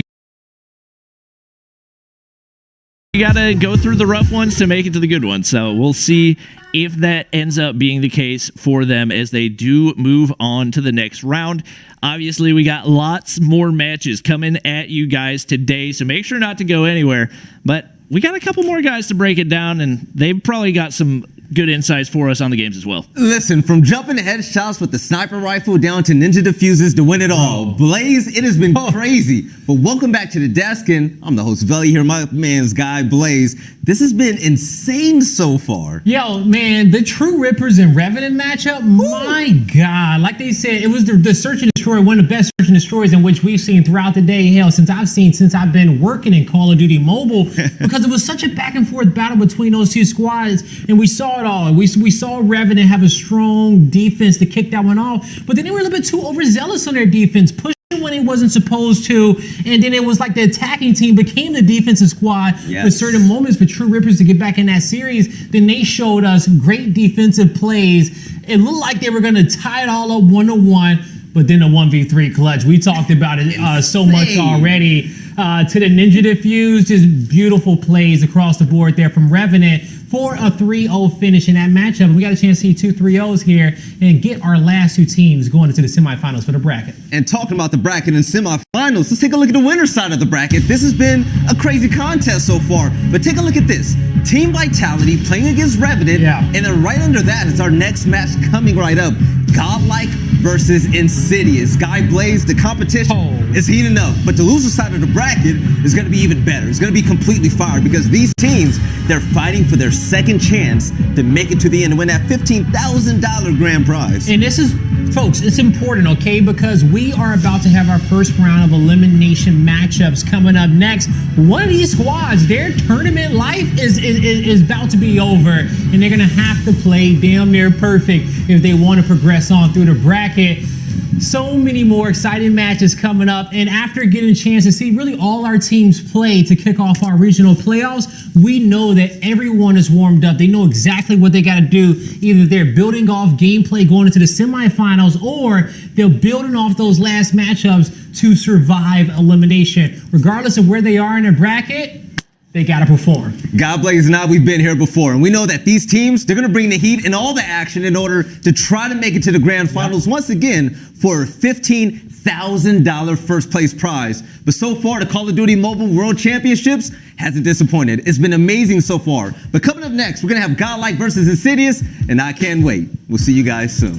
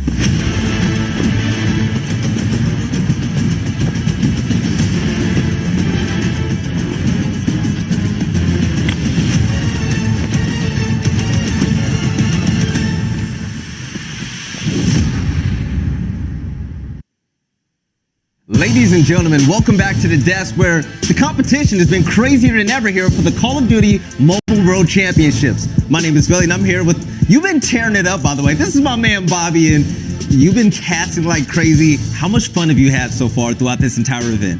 It's been so much fun. I'm a little bit worried that I'm getting so loud that I might lose my voice before the end of the event, but it'll be completely worth it because these teams are absolutely playing their hearts out. Yes, but you know what else is really cool? That video we just saw. Let's talk about the Battle Pass for a second. What are some things we can expect right now? So there's a lot of really cool character skins in the Battle Pass. The Rosa skin that's brand new is actually in there on top of a really cool MX-9 skin. There's just a lot of cool stuff in there. That is without a doubt the best bang for your buck that you're going to get in Call of Duty Mobile. $5 and you get a buttload of content. Hey, Bobby guarantees it. But now coming up to the matchup at hand, we're going to have Godlike versus Insidious. We're talking about the 3rd seeded team versus the 7th seed. What are our expectations so far? I mean, that 7th seed definitely does not play like a 7th seed. And that's part of it is that you can't take too much out of the seeding of this just because there were so many different factors that went into stage 3. But they're definitely bringing their A game, and this could potentially be one of the best matchups of the day, if not the entire weekend, because Godlike was absolutely godlike. He built it up better than I ever could, but you know who else can do better than us? It's going to be the 2 casters that I'm so happy to toss this to. Mommy with the big smile and God Blaze, you guys have a good matchup on your hands. Yes, Belly, we do have a great matchup on our hands because Mommy, as they said, is Godlike versus Insidious. And, you know, both these 2 teams kicking off our tournament absolutely put on a show for us today. But I think when it comes down towards results so far, Godlike may have surprised us just a little bit more in their first matchup of the day. Most definitely. It's because Insidious is such a strong matchup that they might actually have a hard time really beating them. Yes, they were able to pull through in that last matchup, but that is a team that wasn't really that amazing just because they were at that 5th seed. But you know what? That's what we said. 7th seed versus that top 2 seed. It's going to be crazy. It is going to be crazy. And Bobby said, hey, man, that 7th seed ain't really playing like a 7th seed today. But, folks, when it comes down to both these squads, more so on the side of Insidious, we want to learn a little bit more about this team. So we got a team profile piece in which we want to show you guys.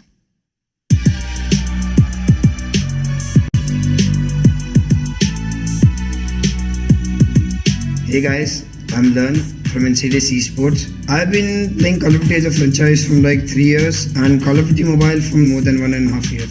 Stage 4 is kind of a competition for us, but in the end it's always about stage 5. Represent your country and showcase your skills. My region personally is very good at everything. I would say that it loves to play aggressive as well as play passive, and we always keep learning from other regions, which is the best fact about my region. It takes a lot of responsibility because I have to be updated with the metas, I have to be updated with all the other regions, all the other competitions, and giving my team proper motivation. I have to give all the calls perfectly at the perfect time, so it's all on me. My favorite moment was to win stage 4 last time, but this year, I would say I personally won, India Cup, a regional event in my country. That was the, most precious moment for me. Codm Mobile is actively giving you more and more updates. So I would say start learning from everyone, start grinding, and always, prefer smart grind over hard grind because you got to keep improving what your mistakes. Keep supporting us because your support gives us a lot of motivation.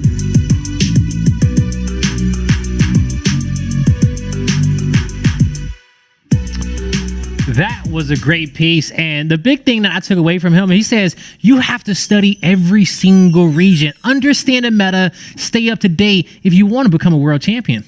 You gotta study your competitors, and that is the biggest thing you need to do. And honestly, they have their eyes on the prize. They're looking into stage 5. They're probably gonna be going into stage 4 with the breeze, and it's very important that they actually really study other regions because that's who they're going to be able to match up in that stage 5. Yeah, they definitely do. And it's one of the most important qualities in which you can have for an IGL. And we saw how he is getting Insidious ready to play for this tournament and how they've been preparing. But on the flip end for Godlike, how is their IGL Mino preparing his squad for this tournament? Well, let's find out.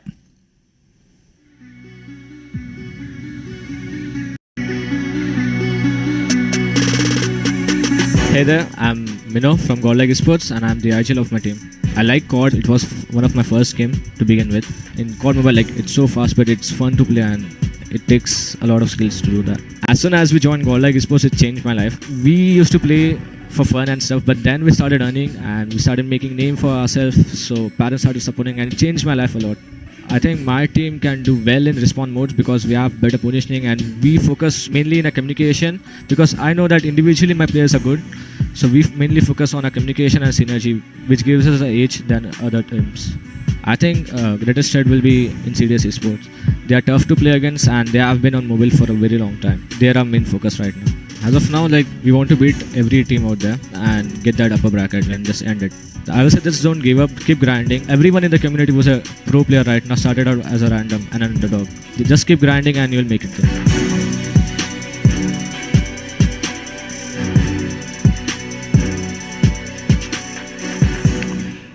All right, we heard from Mino there, and he says, hey, guys, just keep grinding. You will make it there. Put in the time there with your squad.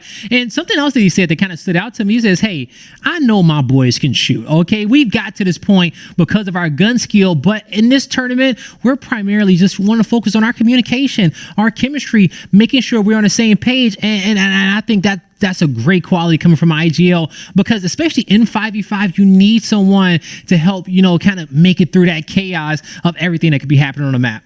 You need someone to tell you what to do. And in really certain moments of high pressure, you need someone in your ear. And even though they've been wiped out, they will have your back. They actually said a while ago, Minho, their biggest competition is Insidious. Yeah. We're going to be seeing it right now. And with their performance here so far, both of these teams absolutely slated. Yeah, they absolutely did slay it. So now let's take a look at our series layout and see how this one will be stacking up. We just came off a crossfire on domination, but we get to kick this series off with a crossfire on hardpoint from map number 1, followed by Rage, Search and Destroy in map number 2, Fire Rage Domination in map 3. What we don't see too often, Hackney Yard hardpoint map number 4, and Standoff, Search and Destroy when we go the distance. Godlike talked about how his squad is one of the better hardpoint teams out there in the world. How do you feel like they're stacking up against Insidious in this crossfire hardpoint to kick it off? Absolutely believe that. I've seen a VOD, I've really studied these teams, and Godlike was actually able to beat Vitality on what? Hardpoint. And we're going to be in crossfire where everything can just snowball all the way down. You can have a lot of your hardpoints at the beginning, but just end it at the very second half. Yeah, you're going to have to play consistent there on this hardpoint. You're going to have to make sure that you're rotating early, listening to your IGL. We know it's going to be Mino, and listen to those call outs and keep on moving forward. Now, we'll see if they can get it done, because I would be so excited to see Vitality and Godlike play at a certain point. They have to get past Insidious, and we know, as Mino said, this is going to be a team in which is going to match up with them very, very well, Mommy. Insidious is going to be such a feat to defeat, but then it's going to be very, very difficult to actually pull through. Yeah, it is going to be difficult to pull it through, but hey, they definitely got a great opportunity here. We watched both these teams play in the quarterfinals. Now, you saw both their matchups. Did one impress you a little bit more than the other? Well, honestly, I really like to see Godlike pull through here, not just because they've been having a very rocky start, yes, but also for Team Insidious as well. You can see here from the brackets itself, Revenants and True Rippers. Now, that was a very interesting start for me, especially for Team Vitality. That's honestly like no surprise, but a very interesting pick here for 3RBA. Godlike was able to get into that matchup number 4, which I didn't expect. I actually expected a sweep. Did you expect a sweep for Godlike over 3RB? Yeah. Really? Yeah. Now, when it comes down to the squads of 3RB, why do you think they got off to such a slow start today? They had a really, really tough time, especially going into those respawns, and yes, they were able to pull through, but no. In terms of like that search and destroy matchup, that's when they actually kind of had that communication, but they weren't really able to pull through though. Yeah, they wasn't able to pull it through, but we'll see how they fare towards the loser side of the bracket, because that's where we know 3RB is playing. And there's a lot of teams in that lower side of the bracket that has it absolutely stacked. But let's bring it back towards our matchup that we're about to head into, our first semi, folks. And just to make sure you guys are up to date, we are about to head in with Godlike versus Insidious. On the top side, as you already saw in the bracket, it is going to be Vitality up there playing in that side of the semifinals. But what I really want you guys to know, on the lower side, one team is going home. At some point during this matchup, when we get a chance to check in on that lower side of the bracket, one team's tournament life is going to be over here soon. be so sad to actually see one team go home for today, just because all of these teams have tried so hard, so many hours of practice, so many hours of just giving up whatever you needed to do just to be here for your passion. And Minho said it himself. He was able to actually pull through with the help of his parents to really go in here for the tournament. Yeah, now you see the loser bracket. Team NS versus True Rippers. 3RB versus Unbroken as well. If I had to take a high-level prediction on that one, you know, I think the favorites in those are going to be True Rippers and 3RB to kind of progress on and move forward. Team NS and Unbroken, this is where they got to give it everything that they got. We know NS kind of joined in a little bit late into the competition. Now you're here today. You are playing in the tournament. You just have to figure out a way to get focused up and reach that next level if you can, so you don't have to wait towards the next season, towards the 2022 season, folks. But our matchup is underway. It's going to be Insidious versus Godlike. We're here on Crossroads Hardpoint. Mommy, let's kick it off. It is going to be Crossfire here, and P1 is going to be so hard to pull through. I keep saying that, pulling through, just because all of these teams have tried so hard, and this is already a very great feat to be part of this competition. But then they need to actually go in here and get Butcher to get that power position to get rid of everyone going into P1. Well, multiple kills coming through for both these units here. Now you're going to start to see there's going to be side of Insidious with the capture here towards the top side of the hill. Godlike trying to break it in towards the backside, but multiple kills coming through on the side of Insidious. And in this moment right here, they're going to have this 36-0, racking up plenty of time, and Godlike cannot break this setup. Where did they get off to a bad start to kick this one? Neutrino with the RPD, and that's honestly just so hard to see nowadays, but then we really get to see here in South Asia and the Middle Eastern region. You usually get to see that Holger just because you have like that faster EDS and you really get to move really fast, but then it's going to be that fight and rotation into that P2. All right, now watching Mino with the shorty in hand, misses the first shot, connects with the second, but he's quickly turned on there. You're going to see the boys of Insidious getting over towards that early rotation at P2, and they're doing a fantastic job at holding back Godlike. They haven't been able to hit their early rotation on the map. They're not winning their gunfights. We see shots. He's going to be able to win a big one there. Would that be the opening for his teammates to be able to flood through, give them the support in which he needs? We're starting to see some score streaks coming in on the side of Insidious as well from them getting off to such a great start. Yeah, they're going to be heavily defending this P2. Now, that's going to be very crucial, but then the rotation needs to come into P3. 22 seconds left on the clock, and we're going to be seeing an early rotation, but then the shutdown. Trunks is actually going to be able to get rid of it. That's going to be so difficult. Not only that, they're actually going to be able to get even the scrap points in P2. Yeah, those scrap points is gonna actually at this point it's like insult to injury, okay? Because those scrap points need to be going in favor of the side of Godlike. But at this level of gameplay, even they know they need to have a better back half of this map. They need to be able to rotate early, and on P3 and P4 get into a better setup. And with the early rotation coming through, the hill's contested. The shorty's in the hands here. Top laundry. You need to get that. We've seen it before. It's going to be, especially with that death machine, is going to be so vital getting a lot of these kills. And Neutrino is going to be so formidable. I don't know how many kills he actually has, but I'm really curious to see. But then Godlike's going to be able to actually get a lot of those points right now from this particular hill. Laundry is going to be a point of contention. 30 seconds left on the clock, and actually for the side of Insidious, they can actually go in for the rotation into P4. Yeah, they can, and that's exactly what Insidious is going to do. Just make sure they can start rotating early. They did the hard part, and that was getting themselves off to a comfortable lead off the start and having a great initial into this map. Because they did that on the map here, like Crossfire, they are able to rotate early for each one of these points here towards the back end of the game to get the remaining 33 points in which they need to close out this map. So far so good. All the pressure is on Godlike in the moment. Can they break through? We are on board. We're learning. He's going to teach us a little something here. He's able to pick up one, finds the second as well. Death Machine comes out, and he's just going to air out this alleyway. No one from Godlike can get through through this crossfire here on Crossfire, but Dante with the shorty gives him one to the chest, and that's a big kill for Godlike. Let's see what they can do with it. We can end it here in P4. This is the money hill. You're supposed to go in here, have that early rotation. For the side of Godlike, they should have went to that early rotation and really gotten this point, but then no, sadly, they're not going to be able to get Taylor Shop. And just like that, 150 and 47 Blaze. That is dominating. Map number 1 going in favor of Insidious. What a great start to them. And you know what? After the way that Godlike had played their series, I did not expect for them to get 100. Well, they didn't get 100-point club, but I did not expect Insidious to break that 100-point marker before Godlike even broke 10.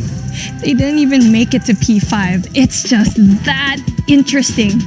Insidious is just proving to be like they are the competition to beat. And I know what Minho said. It was like Godlike. Yeah, probably Insidious is their biggest competition, but it doesn't seem like for Insidious that Godlike is their biggest competition. They don't feel the same way that they did. And maybe Insidious heard them say that, like, oh, you guys are respecting us that much? Well, let's show you why you're actually right, okay? And they did that in that map number 1. Now, as we go back and we reflect on that, if you can name one thing that Godlike could have did different in that map, what would you say it could have been?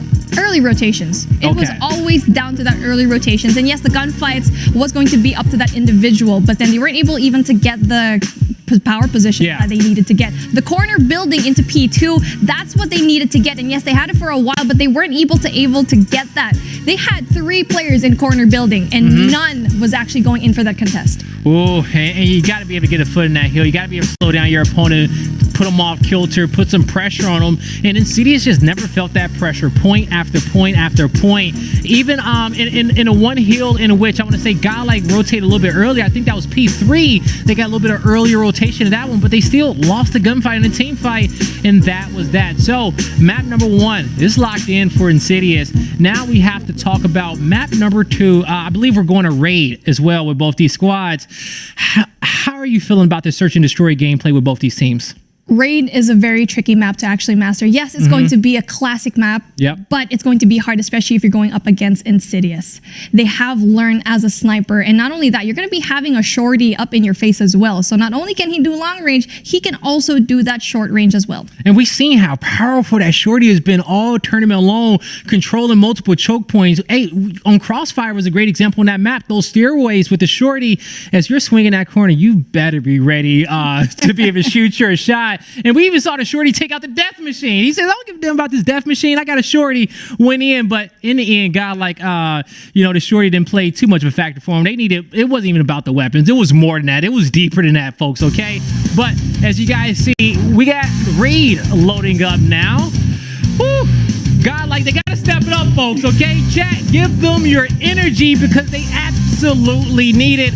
Luckily for them, this is the semifinals. This is not going to be where their tournament can potentially end. They still have a chance towards the lower side, but we won't get ahead of ourselves, folks. We're in map number 2. It's Godlike versus Insidious, and we're kicking this one off with Prism, but Trunks, learn from downtown. You talked about it, mommy. He gets the first pick to open up this map. It's all about the snipes, and you're always going to have that one person in alpha. They went in there. That was Godlike, not at its finest. They didn't. This is something you don't want to do, is go in there, but yes, they win the gunfights. The gunfights are coming through, but Vegas learn. They pick up 3 of their own just when you thought it was going to be a great initial here for Godlike getting that first blood. Insidious quickly rebuttals, and now it's going to be 1 player remaining. That's Dante, and we'll see if he can be. First, he needs to get bomb. He needs to find a few kills. Now, he has a minute and 20 on the clock to work with, but he has to isolate the 1v1. I think he was just spotted out here. He didn't get the intel that he needed. He will find one. The timing of that. 2 players run.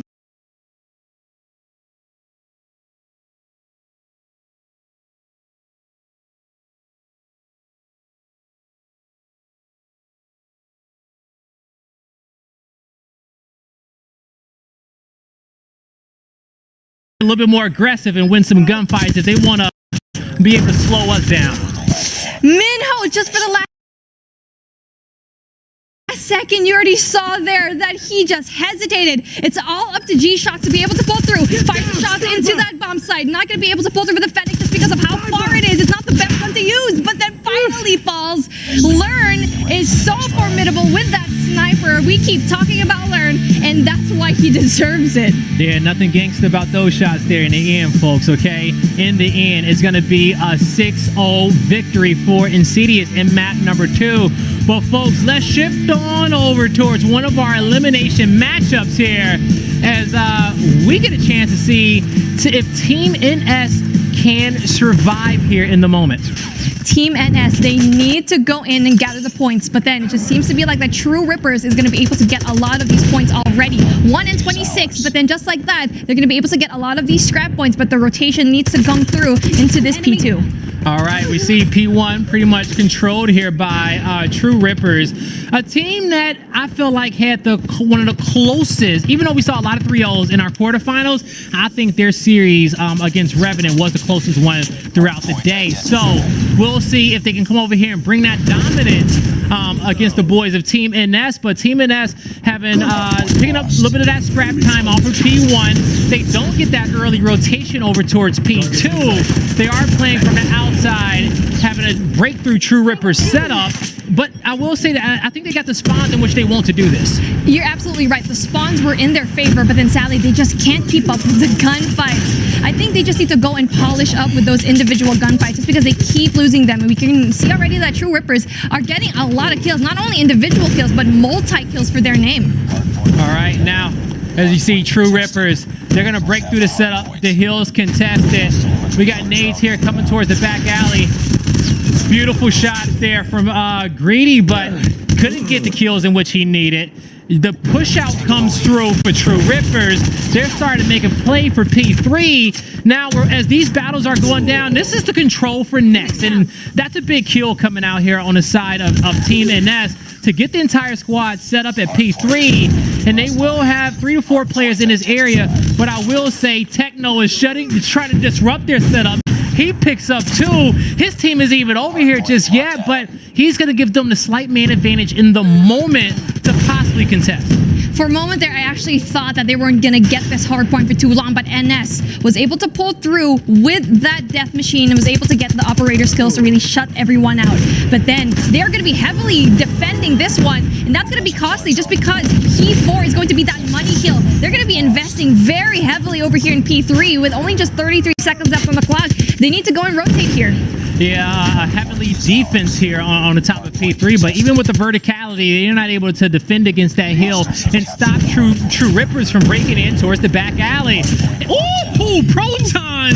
What game are you playing, brother? Okay, I thought this was an FPS, but hacking and slashing, he picks up 2.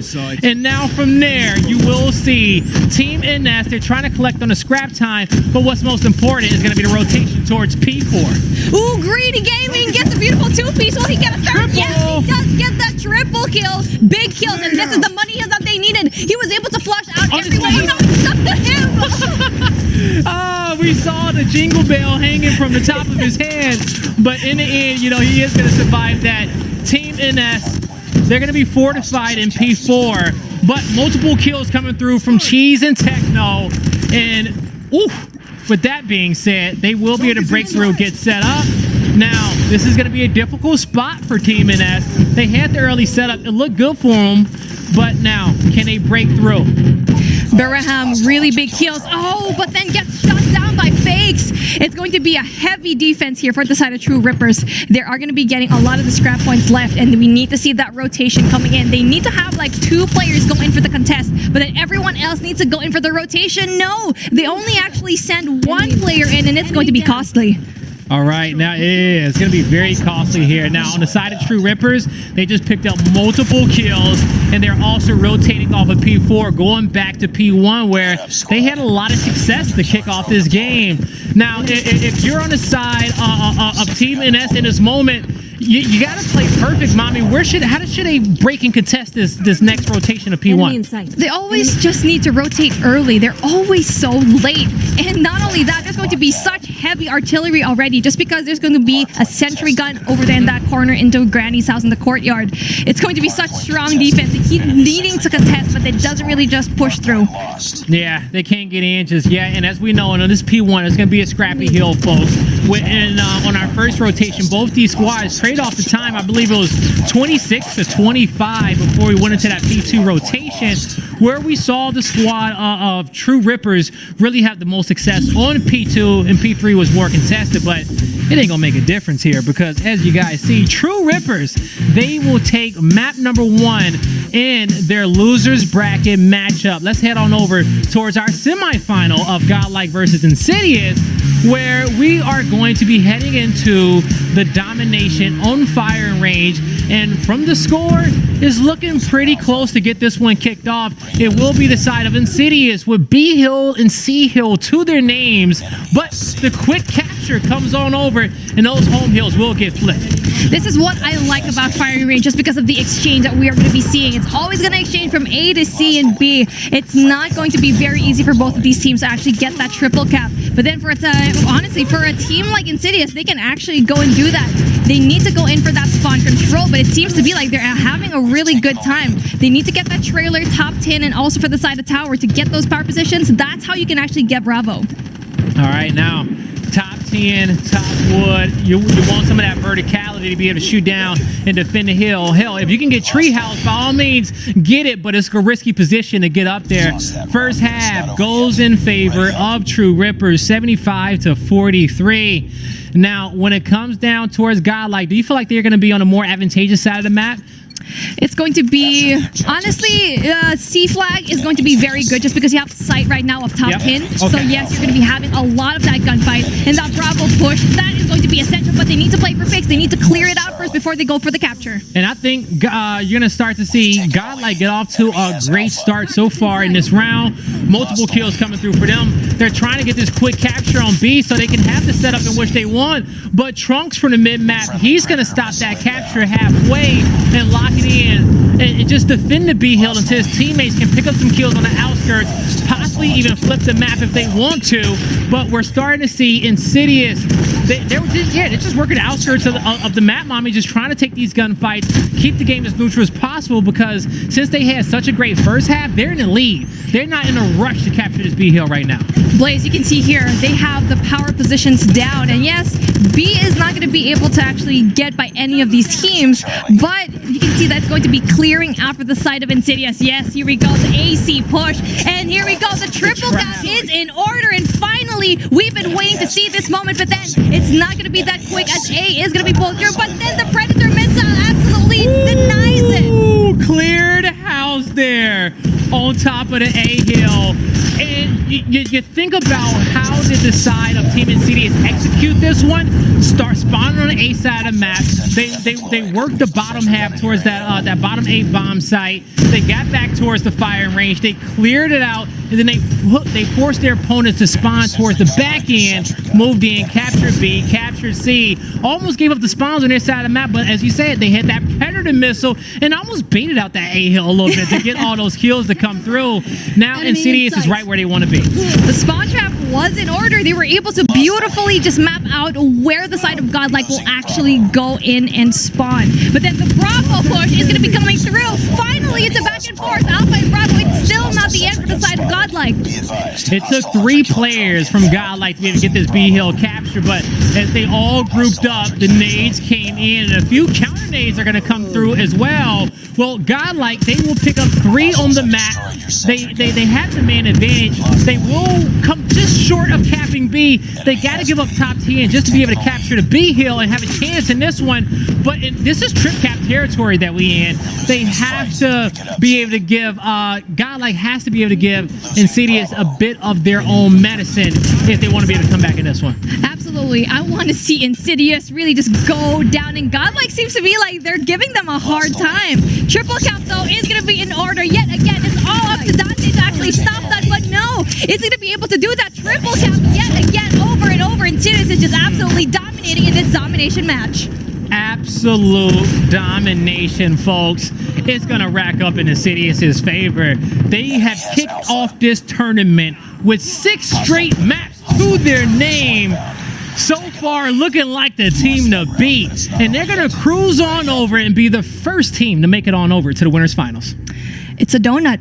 We expected it. I expected it coming into this competition. I wanted to be wrong. I wanted Godlike to pull through, but then sadly, it was just a little bit too much. But the good thing is they have another day to shine. They have another day to really just rack up all of the points. Yeah, it was a donut, mommy, but what kind of donut was it? What flavor? Honey glaze. Ooh, I love me some honey glaze. Also love me some maple with some bacon and some jalapenos. You're making me hungry, man. Yeah, I really am. Okay, well, Insidious, they just had a full meal, folks. Okay, they absolutely shut down their opponents in the quarterfinals and the semifinals, and now they can just get to relax for the day and have dinner, because we will be able to see that winners finals tomorrow when we kick off our broadcast. But hey, we still got plenty more Call of Duty action to go.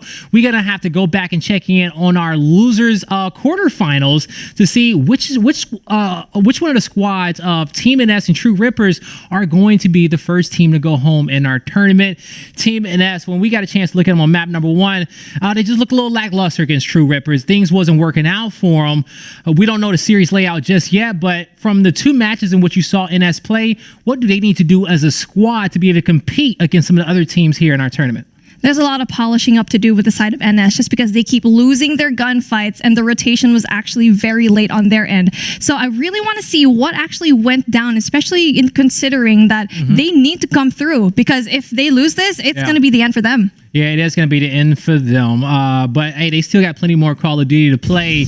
You know, as you guys going to start to see, the wrap up here of our semifinals, the Insidious montage that's about to ensue on your screen, and just such great gameplay from them. And I love how they play this hard point here on fire. Sorry, this domination on fire range.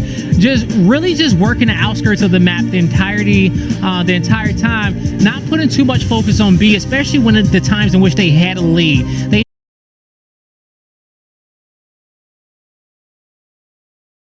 They knew that they didn't have to put themselves in harm's way. Well, and they're just sitting on top very comfortably. And Insidious had everything down. They had the spawn control. They knew where Godlike was gonna spawn. They were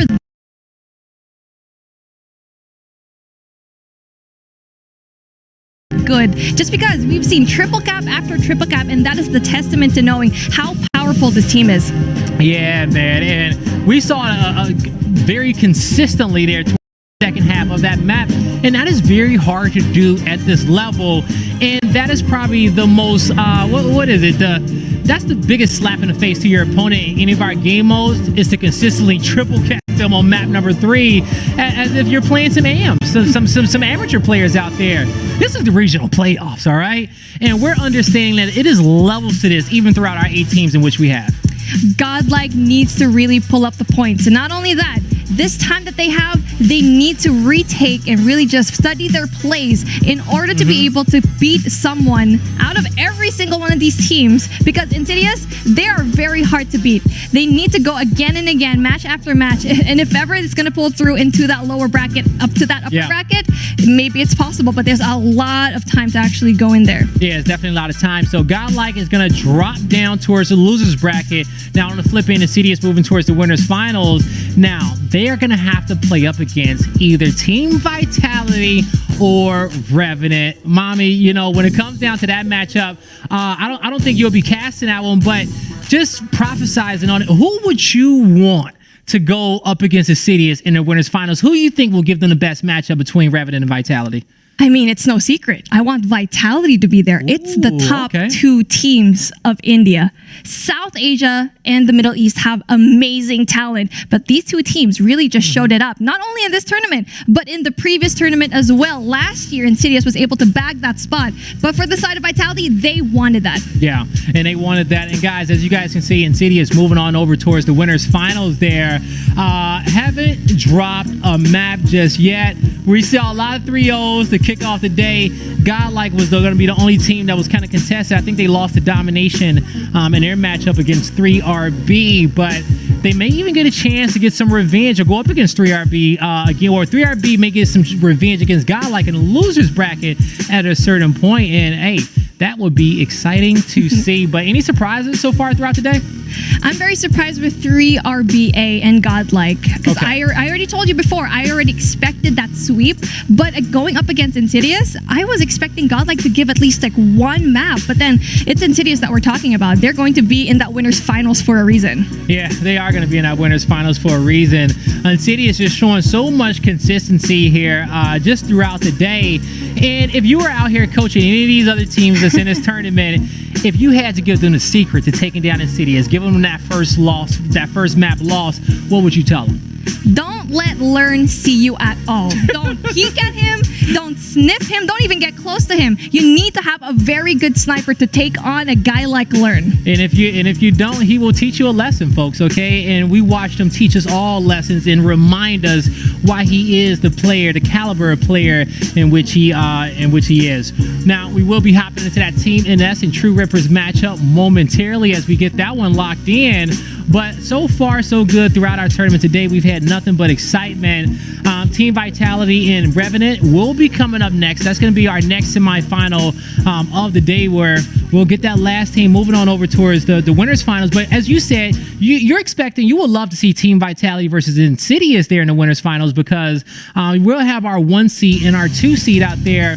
But when it comes down to Revenant, if they want to make it on towards the finals, what type of squad do they need to be to take down Vitality?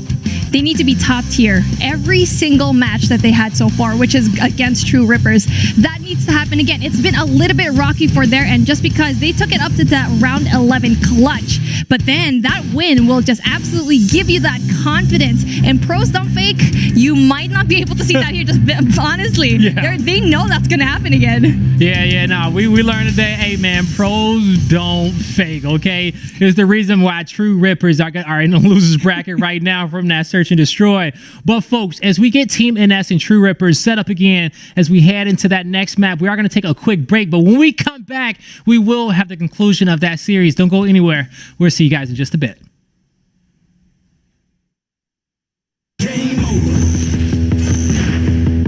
Further beyond that, looking for the third. Oh my goodness! I'm taking it up a level, gonna even that score. Oh, and he's able to get both. Hit that floor every day, all day. All I do is win. I'm the best in the world. Now let the games begin. The one gets the second. I do it when I cold show. You know there ain't no other going out with a bang. How you like Another me one. now? Now 1 versus 1. What is this? Game over. You ready? How you like me now? Game over. That's how I do it when I move over. You know I'm taking over. Game over. On top of the North American region, coming out of the lower bracket. Going out with a bang. How you like me now?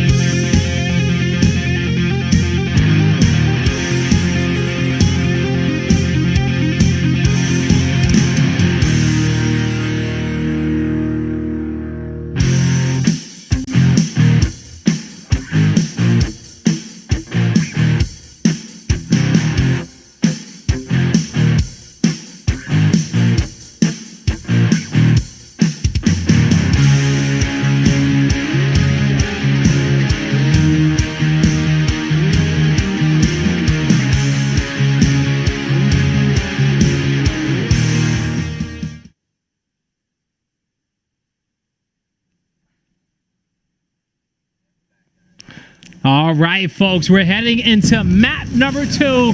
It is True Rippers versus Team NS. True Rippers with the 1-0 map lead. Mommy, we're here on the search and destroy, and as we're currently seeing a 3v3 on our screens, as you're gonna have the boys of that's gonna be Team NS with the man advantage. Hackney Art Search and Destroy. This is a really good map of Search. I don't like this map for domination just because of how one-sided it is, but then you can see here, Kevin, big kills already with 5. But can he get the remaining 2 players that he needs to? Snipes in hand, the quick scope comes through. Oh no, is it enough time? It is. 1 shot. Don't miss your chance. 1 opportunity. Enemy in sight. Oh, he tried it. He tried it. Just in the last second, just in the nick of time, the denial. And I thought we were going to get another defusal, but then no, Kevin is not going to be able to get that opportunity. I thought I was going to be able to drop some M&M bars on that one there. You know, I was trying to hype him up there on the play if he wanted to pull it off after that quick scope up close. But we're going to see Team NS, a lot of pre-nades to kick this one off as they get inside warehouse, trying to move through, get some of these power positions, but it will be True Rippers with multiple kills.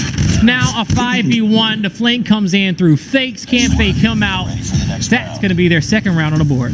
True Rippers is going to have a lot of those power positions, and NS need to get that as well. It's going to be that control and top L over at Warehouse that's going to be absolutely essential for every game mode, and yes, even Search and Destroy. You're going to be seeing a lot of those teams, especially for the side of True Rippers, get a hold of that. Now, gonna be on board here. Oh my God, the shots from the side on Techno. Sneaky. He finds himself a double, making sure he's defending mid-map. Mystic comes through, he finds a kill. 4v2 is up to Smokey. He'll find 1, can't get the second. And True Rippers at a fast pace. They are absolutely running through Team NS. We keep seeing all of these fast-paced S&Ds, and I don't know that I don't really like seeing that just because you need to have information. It's a game of information. You need to get that, especially with your sniper, seeing where everyone else is heading, but then you can see here, it's going to be that mid-push. This is going to be big.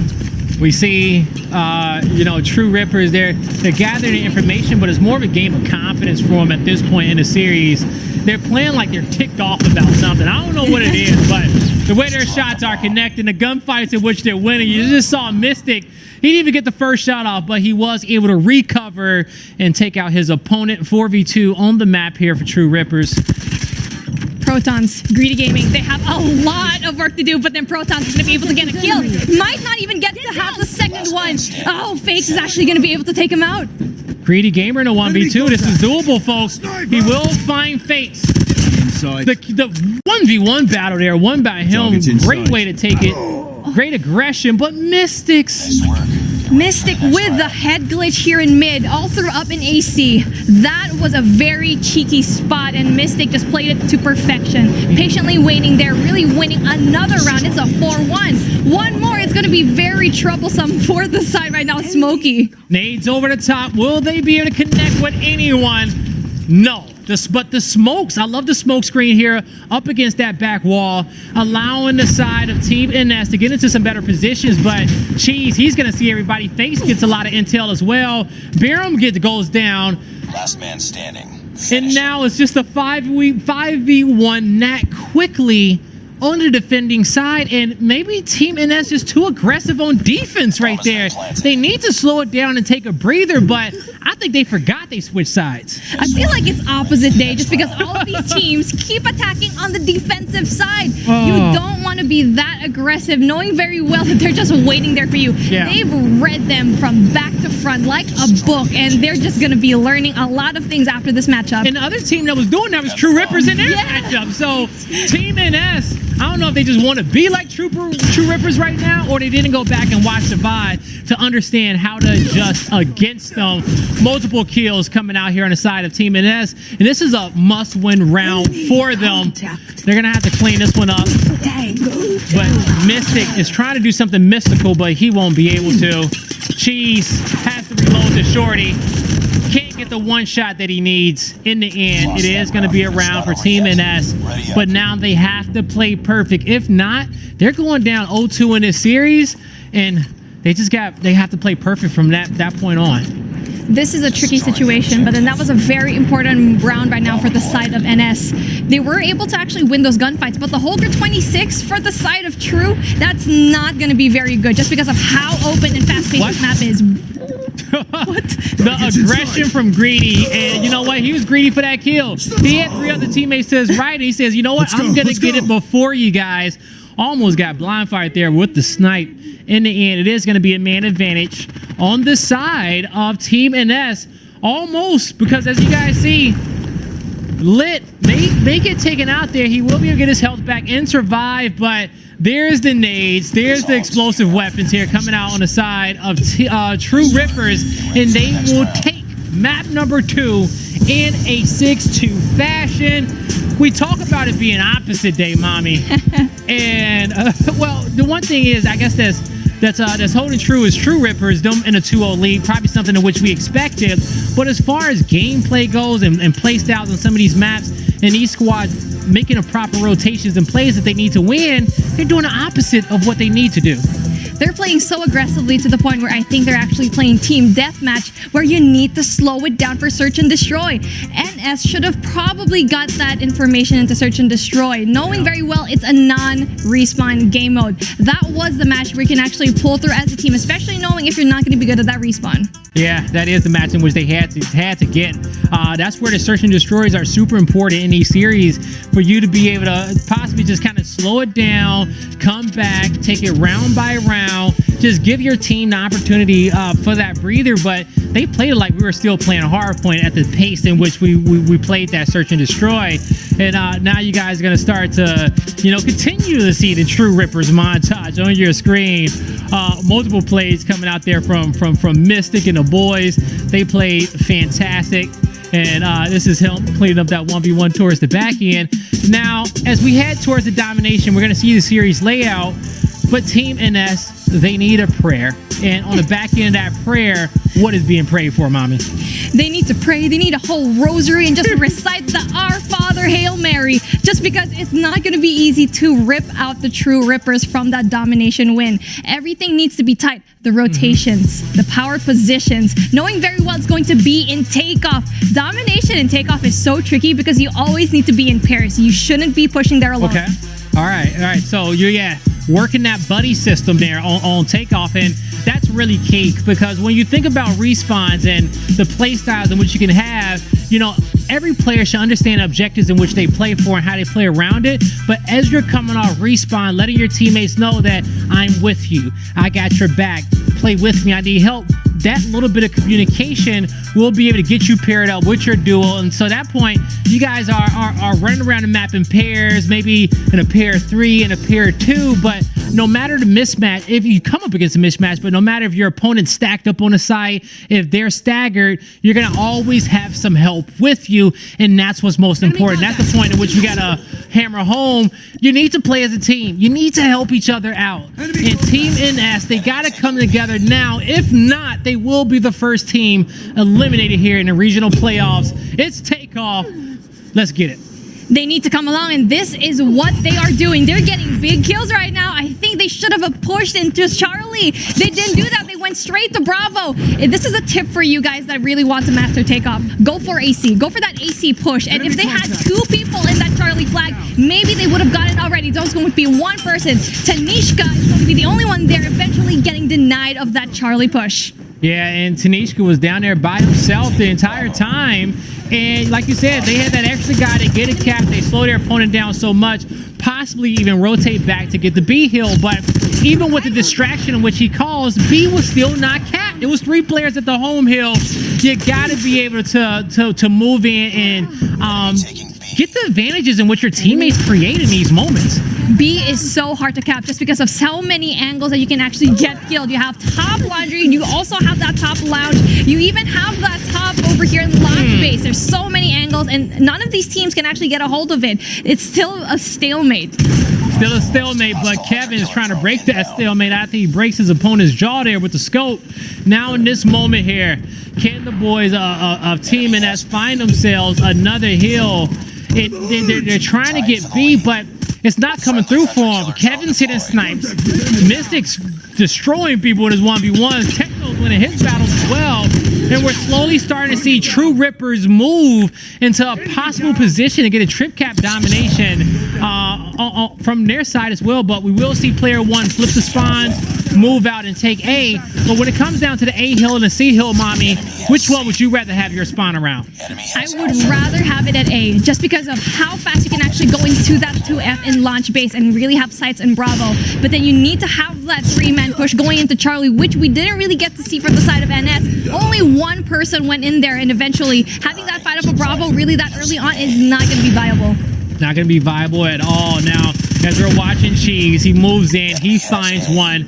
Man advantage on the map for True Rippers momentarily. They're going to be breaking off into that buddy system we talked about. They got 3 players playing down low towards C. They had the 2v2 battle up top at A. Now they will lose the 2v2 battle, and the respawns come in for Team NS at the A side of the map, and they do have that AC setup. But as C is getting decapped, they need to get in and get B, Mommy. But it's being heavily guarded here mid-map with Kevin and his sniper. That's going to be so hard to pull through just because of how Bravo with the quick scope, Kevin already with 11. Honestly, I didn't even know you can actually play with another one. Doesn't get the third. That was crazy quick scopes by Kevin. Man, as I'm saying wow, his opponents are saying ow, because he absolutely destroyed both those players. Cheese, he drops, cleans up the kill.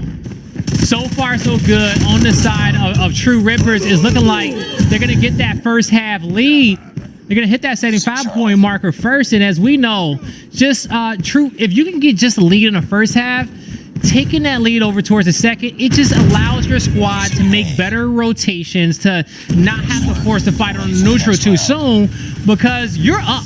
You know your opponent is going to make some desperate plays and make some aggressive, we won't call them desperate, but they're going to make some aggressive plays towards B and towards your home hill to try to get that lead back. But that's when you being a defensive squad having a lead, that's where you have to take control over the map and control the pace being that defensive team. You're absolutely right. You need to go in there really aggressively, especially pushing into that alpha. You can already see the overextension right now for the side of Smokey, trying to go in for that spawn trap. And there's going to be one person for the side right now, True Ripper, that can actually make a difference. Makes that difference. Big kills right now from Techno. Yeah, big kills came out for Techno indeed, but you know, we saw it was Smokey on True Rippers who tried to go for that A hill, possibly flip the map and get that hill in his team's favor, but he won't be able to. The score, whoa. Tiny with the bow, picking up 3 kills towards the mid-map on top of that B hill. That was nasty. That triple kill and that denial off of Bravo. It's going to be so strong right now for the side of True Rippers. But then they need to go and cap B. None other than Cheese gets that 15. Fakes, though, on the other hand, is going to be having a hard time. But then the operator skills need to go and push. They need to have those power positions in that 2F in lounge and also 2F in launch base. Yeah, and right now, currently, the power positions are going to be in favor here of Team NS. But it's a brawl here towards the mid-map. Neither squad can find their footing around a B hill.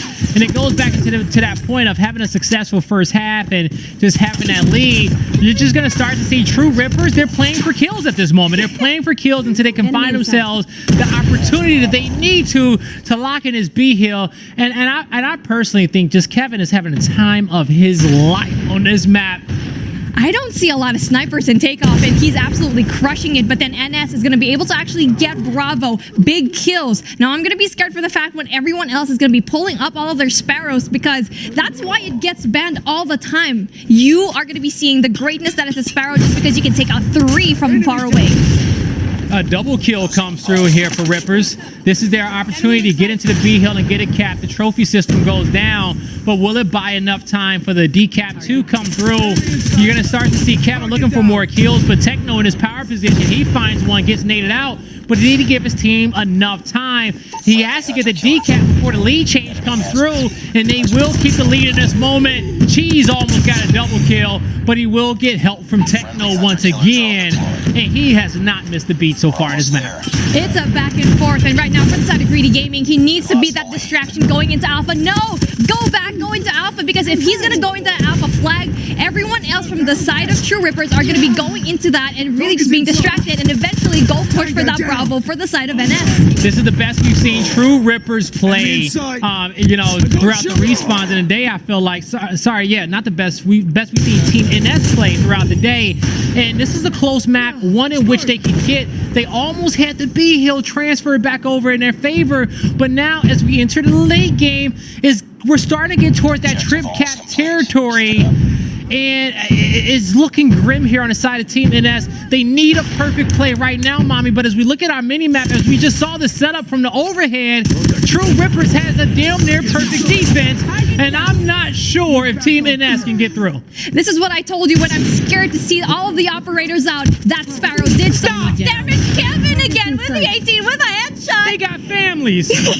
We got families, we got prayers here, but then Kevin doesn't really care. He's gonna be the devil in the life right now of NS, just shutting everything down, shutting them to actually go to heaven. He will rip their tournament dreams into shreds, and Team NS will be the first team eliminated here from the regional playoffs.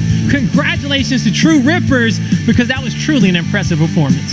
True Rippers is always just giving me a mini heart attack here, Blaze. It's like, okay, they're gonna win it. No, they're not. Oh, yes, they are. Team NS just gave such an amazing performance in that domination. Yeah. I actually thought they were gonna win that. It was really close there towards the end. It came down to that final B Hill capture. They were about a tick away from that going into their favor and them really being able to set the pace towards the back end of that domination and have that control, but they couldn't get it. And honestly, I think Kevin had him scarred most of the map, because this snipes in which he was hitting, he could not be stopped. It didn't matter if you had an SMG and an AR, you could not stop Kevin there.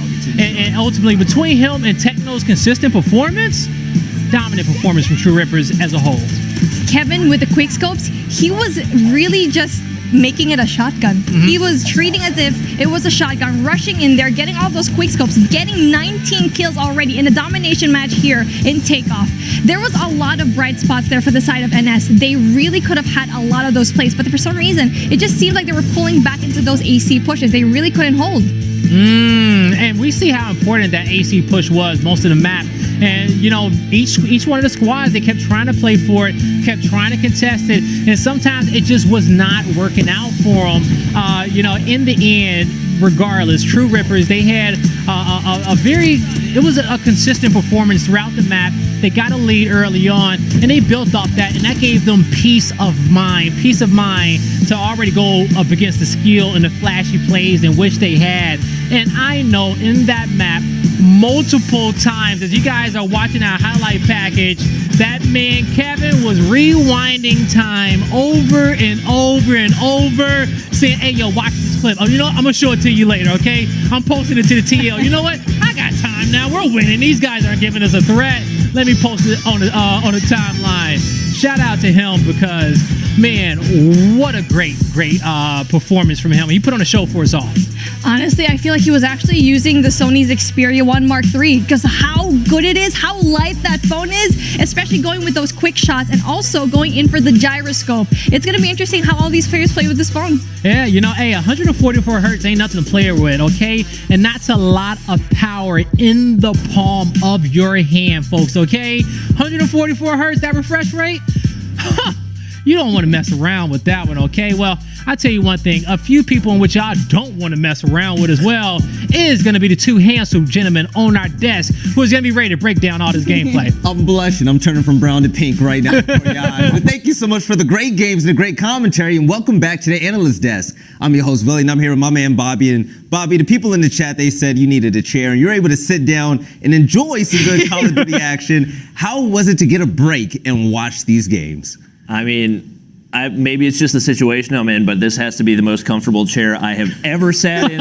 You compile that with the Call of Duty mobile action that we got happening right now, I could not ask for a better situation. All right, but you know what? Let's go ahead and talk about the games that unfolded, and we're going to have the winners bracket coming up shortly. But still, man, this has been insane. We saw Godlike play against Insidious, where Insidious just looked unstoppable. I mean, talking about unstoppable, in their 2 search and destroy games, they have been 12-1. That is insane, Bobby. Yeah, they are just next level dominant, and part of it is because these guys have been playing on phones for basically longer than anybody else in the competitive scene. So you can see all the hours that they put into the competition, really paying off. And especially to have that level of dominance in search and destroy, it's not just the gun skill that comes from playing on phone, but it's the hours that you put in practicing that strategy and knowing exactly what your game plan is going to be. Now let's go ahead and take a look at the loser side of the bracket as well. Really unfortunate, but we saw a team go home, Team NS. Keep your heads up high, because you know what? I'm feeling like they're going to come back even stronger next time. But still, Godlike, they're going to have another hard game ahead of them.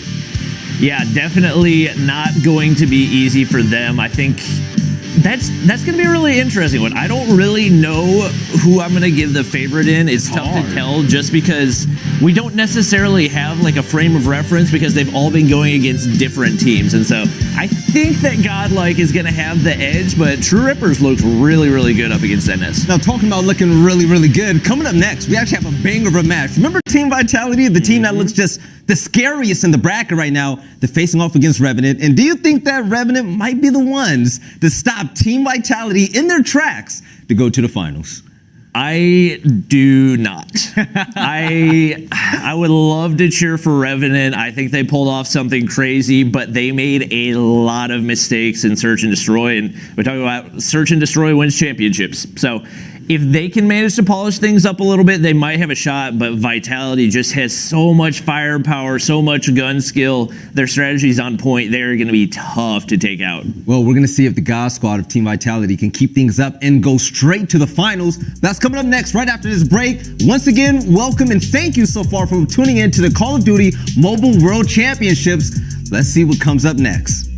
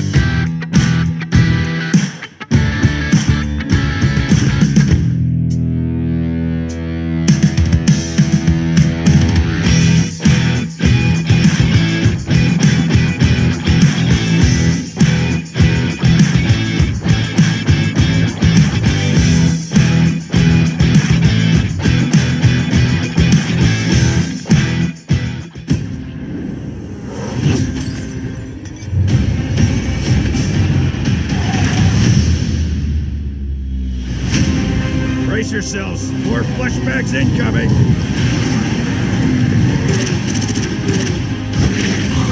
Let them come.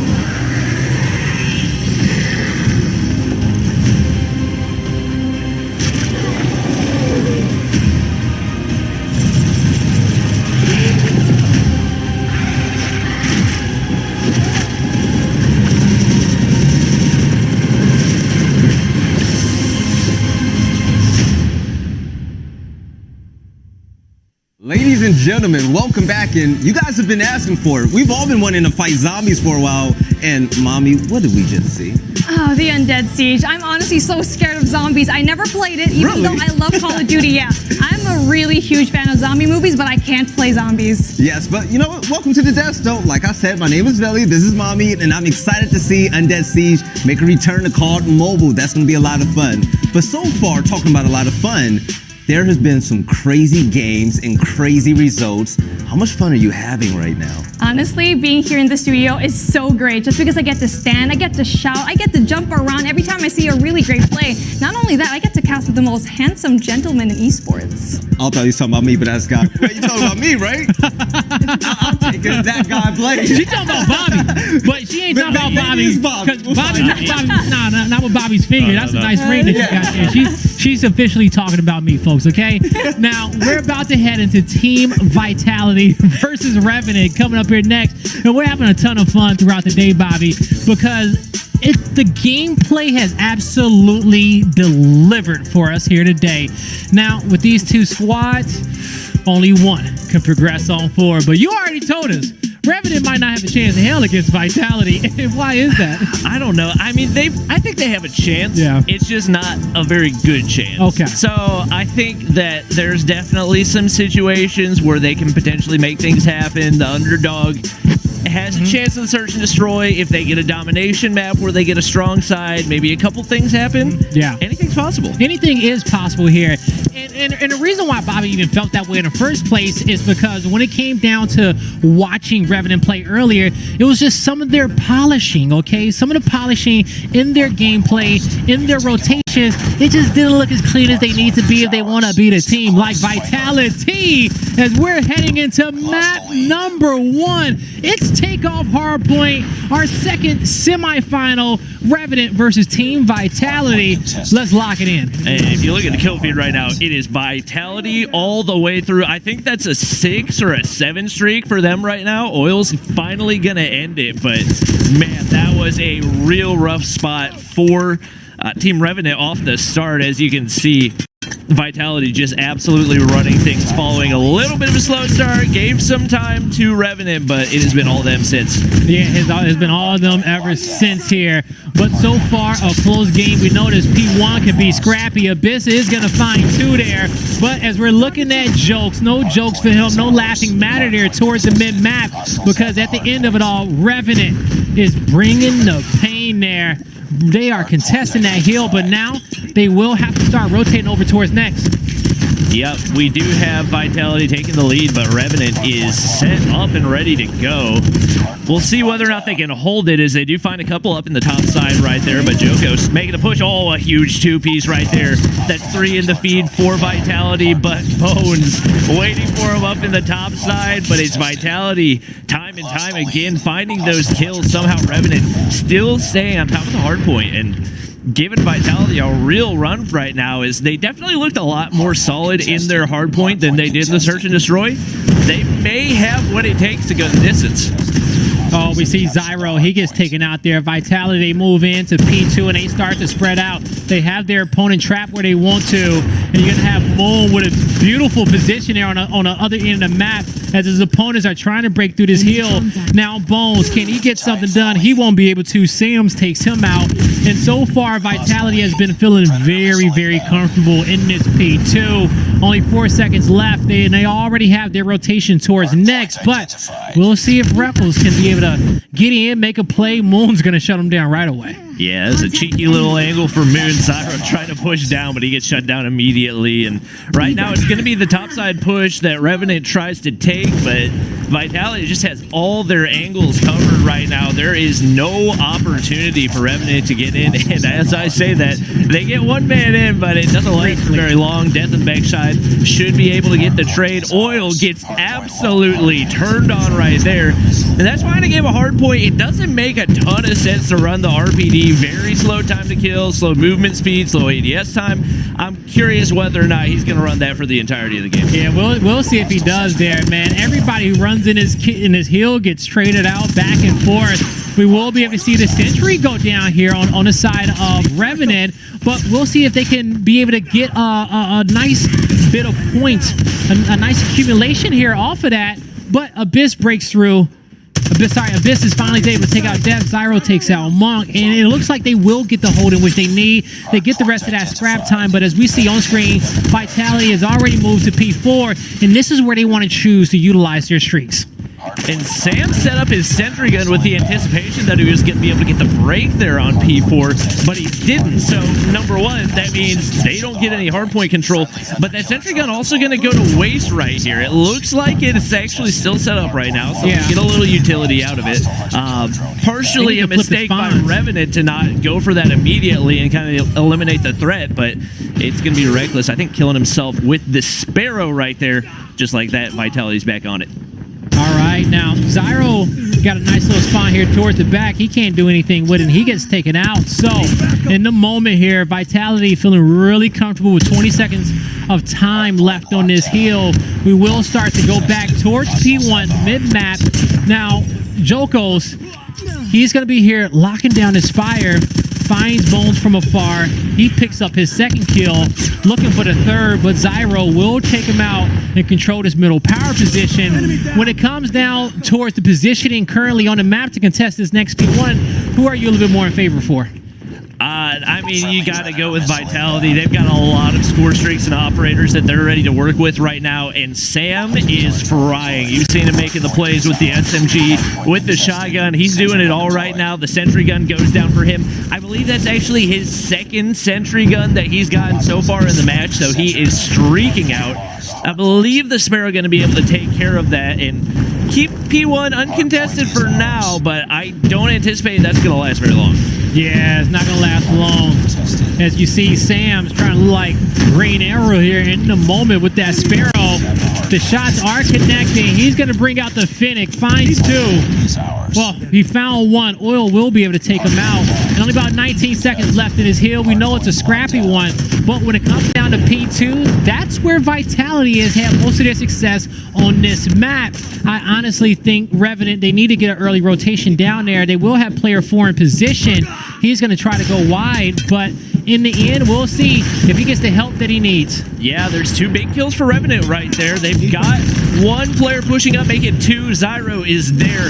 Everybody's spawning on the weak side right now for Vitality. We're going to have the gravity spikes actually missing because his teammate already got the kill. So another big play for Revenant. They're stacking up on a little bit of time here. If they go uncontested on this hard point, they win this game. Now, that being said, you're going up against a powerhouse like Vitality. Don't expect that to happen, but the katana comes out. It's kill after kill in the feed for Revenant right now. And was just not quickly. Revenant trying to turn around with the rapid fire on the Sparrow, looking like a Pharaoh. He picks up multiple kills there. Now Jokos, he finds one. This is going to be an important team fight for Revenant, and Reckles is doing a great job holding it down. He's going to have some help. He calls out the spawns for his teammates. Sam's on the flank. He gets 2. Can't find the third. They will have all the utility in which they need up there. Zyro tucked in the corner. He'll be able to contest this hill, and now the lead change comes through for Revenant in this map number 1. We talk about who's going to challenge Vitality, who's going to apply the pressure to him, and Revenant says, yeah, that will be us. But now we rotate over towards P3. It's going to be a 2v2 fight in the hill. Reckles picking up multiple kills mid-map. He's actually on a flank. He could make the play for his team in a bit, but his squad mates, they got to hold it down now until the flank can come through. Oil's taken out, and this hill goes in favor of Revenant. Talk about those last 2 hills on that map, Bobby. break it down for me because that was exactly what they needed. I mean, that to a certain degree was just absolutely perfect play from Revenant, but to it, you got to also look at the breakdown. Yeah. Just almost no contest there for P2 for Vitality, and when you got a team with that much firepower, it really comes down to you got to group up and make a push together because there's no way, with the way they had that set up, no way that they can actually defend both sides effectively against a strong group push, and they just weren't able to make it happen. Yeah, man, that P2 was exactly what Revenant needed, and it just shows only one heal. It takes one heal to get your team back in this game. We're playing at 150, not 250, okay? And it's 60 points on these heals to kind of kick it off on each rotation, so... Man, Revenant, that's where they turned it around, and through the first half of these highlights, you're going to see the boys of Team Vitality control this series, control this map, but then it slowly pulls away from them. Yeah, and you look at the scoreboard, and they were pretty much in control for the entirety of the game, especially when it came back to pretty much exiting P1 for the second time. Like you see right here, they're at 130, but I think at one point it was close to 130 to 80. Okay. Which means nearly, 70 straight points to the maybe 10 or 13 that went in for Vitality. Yep. Just absolute perfection out of Revenant. Yeah, man, and you know what? It takes a great IGL to do something like that. It takes a great squad to be able to build off all the information in which you're collecting, team fight after team fight, rotation after rotation, for your squad to adjust and start to really just adjust your play style and start competing and contesting against your opponent, taking back the pace of the map in your favor. And that's what Revenant did. They didn't falter. They didn't say, oh my god, we're down by 50 points, our initials didn't work out, the first half of hills didn't work out. No, they continued to adjust, they focused up, and they fought their way back into the series to give Vitality their first map loss of the tournament. Now we're heading on over towards one of your favorites, Bobby. It's firing range on Search and Destroy, and we know the marksmen are going to come out here and they're going to set the tone of the series. Yeah, the snipers absolutely dictate the pace of the game, especially on firing range with those long angles and basically your ability to control so many of the lanes that players are trying to enter through, especially on the offensive side of things. So I've got a feeling that Team Vitality is going to bounce back right here. Revenant didn't look super disciplined in the Search and Destroy, but I didn't think they were going to win the first respawn either. So at this point, who knows? So I'm happy that we are playing this firing range on S&D because we did get a chance to see Revenant play it already. And the one big takeaway that we had was that on defense, Revenant was too aggressive, blowing away too many opportunities. And I don't think Vitality is going to allow that to happen to them, all right? They will quickly, on offense, switch to the defensive team if they need to. But we'll see if Vitality is going to match their aggression. I'm sure they will. Folks, we're heading into map number 2 of our second semifinal. It's Team Vitality versus Revenant. Yep, you can see Revenant playing a lot more passive on this. So I like the approach. I like the ability to adapt. I think they saw a lot of their struggles because this is the exact same map that they played Search and Destroy on the first time around. So hopefully they were able to look at the film, maybe find out what some of their mistakes were, see if they can make something happen. A little bit surprised that we see Monk with an LMG instead of a sniper. That's typically been his role, but obviously Moon has absolutely dominated with the sniper. I believe formerly known as Moonscope, so a lot of you might know him by that name. But it looks like Vitality trying to spy out the B site. No utility going out yet, but looks like one of the players trying to get an aggressive push right here now that Moon's been able to get a little bit of info. Boyle on the backside. He's going to take some shots right there. It's going to be Bones dropping first blood, going in for death. Another player drops, trades immediately for Oil, who we saw clutch that 1v3 the first time around, but he's going to get dropped as well. 2v2. Closing out the round, and it's going to be one player left alive for Revenant.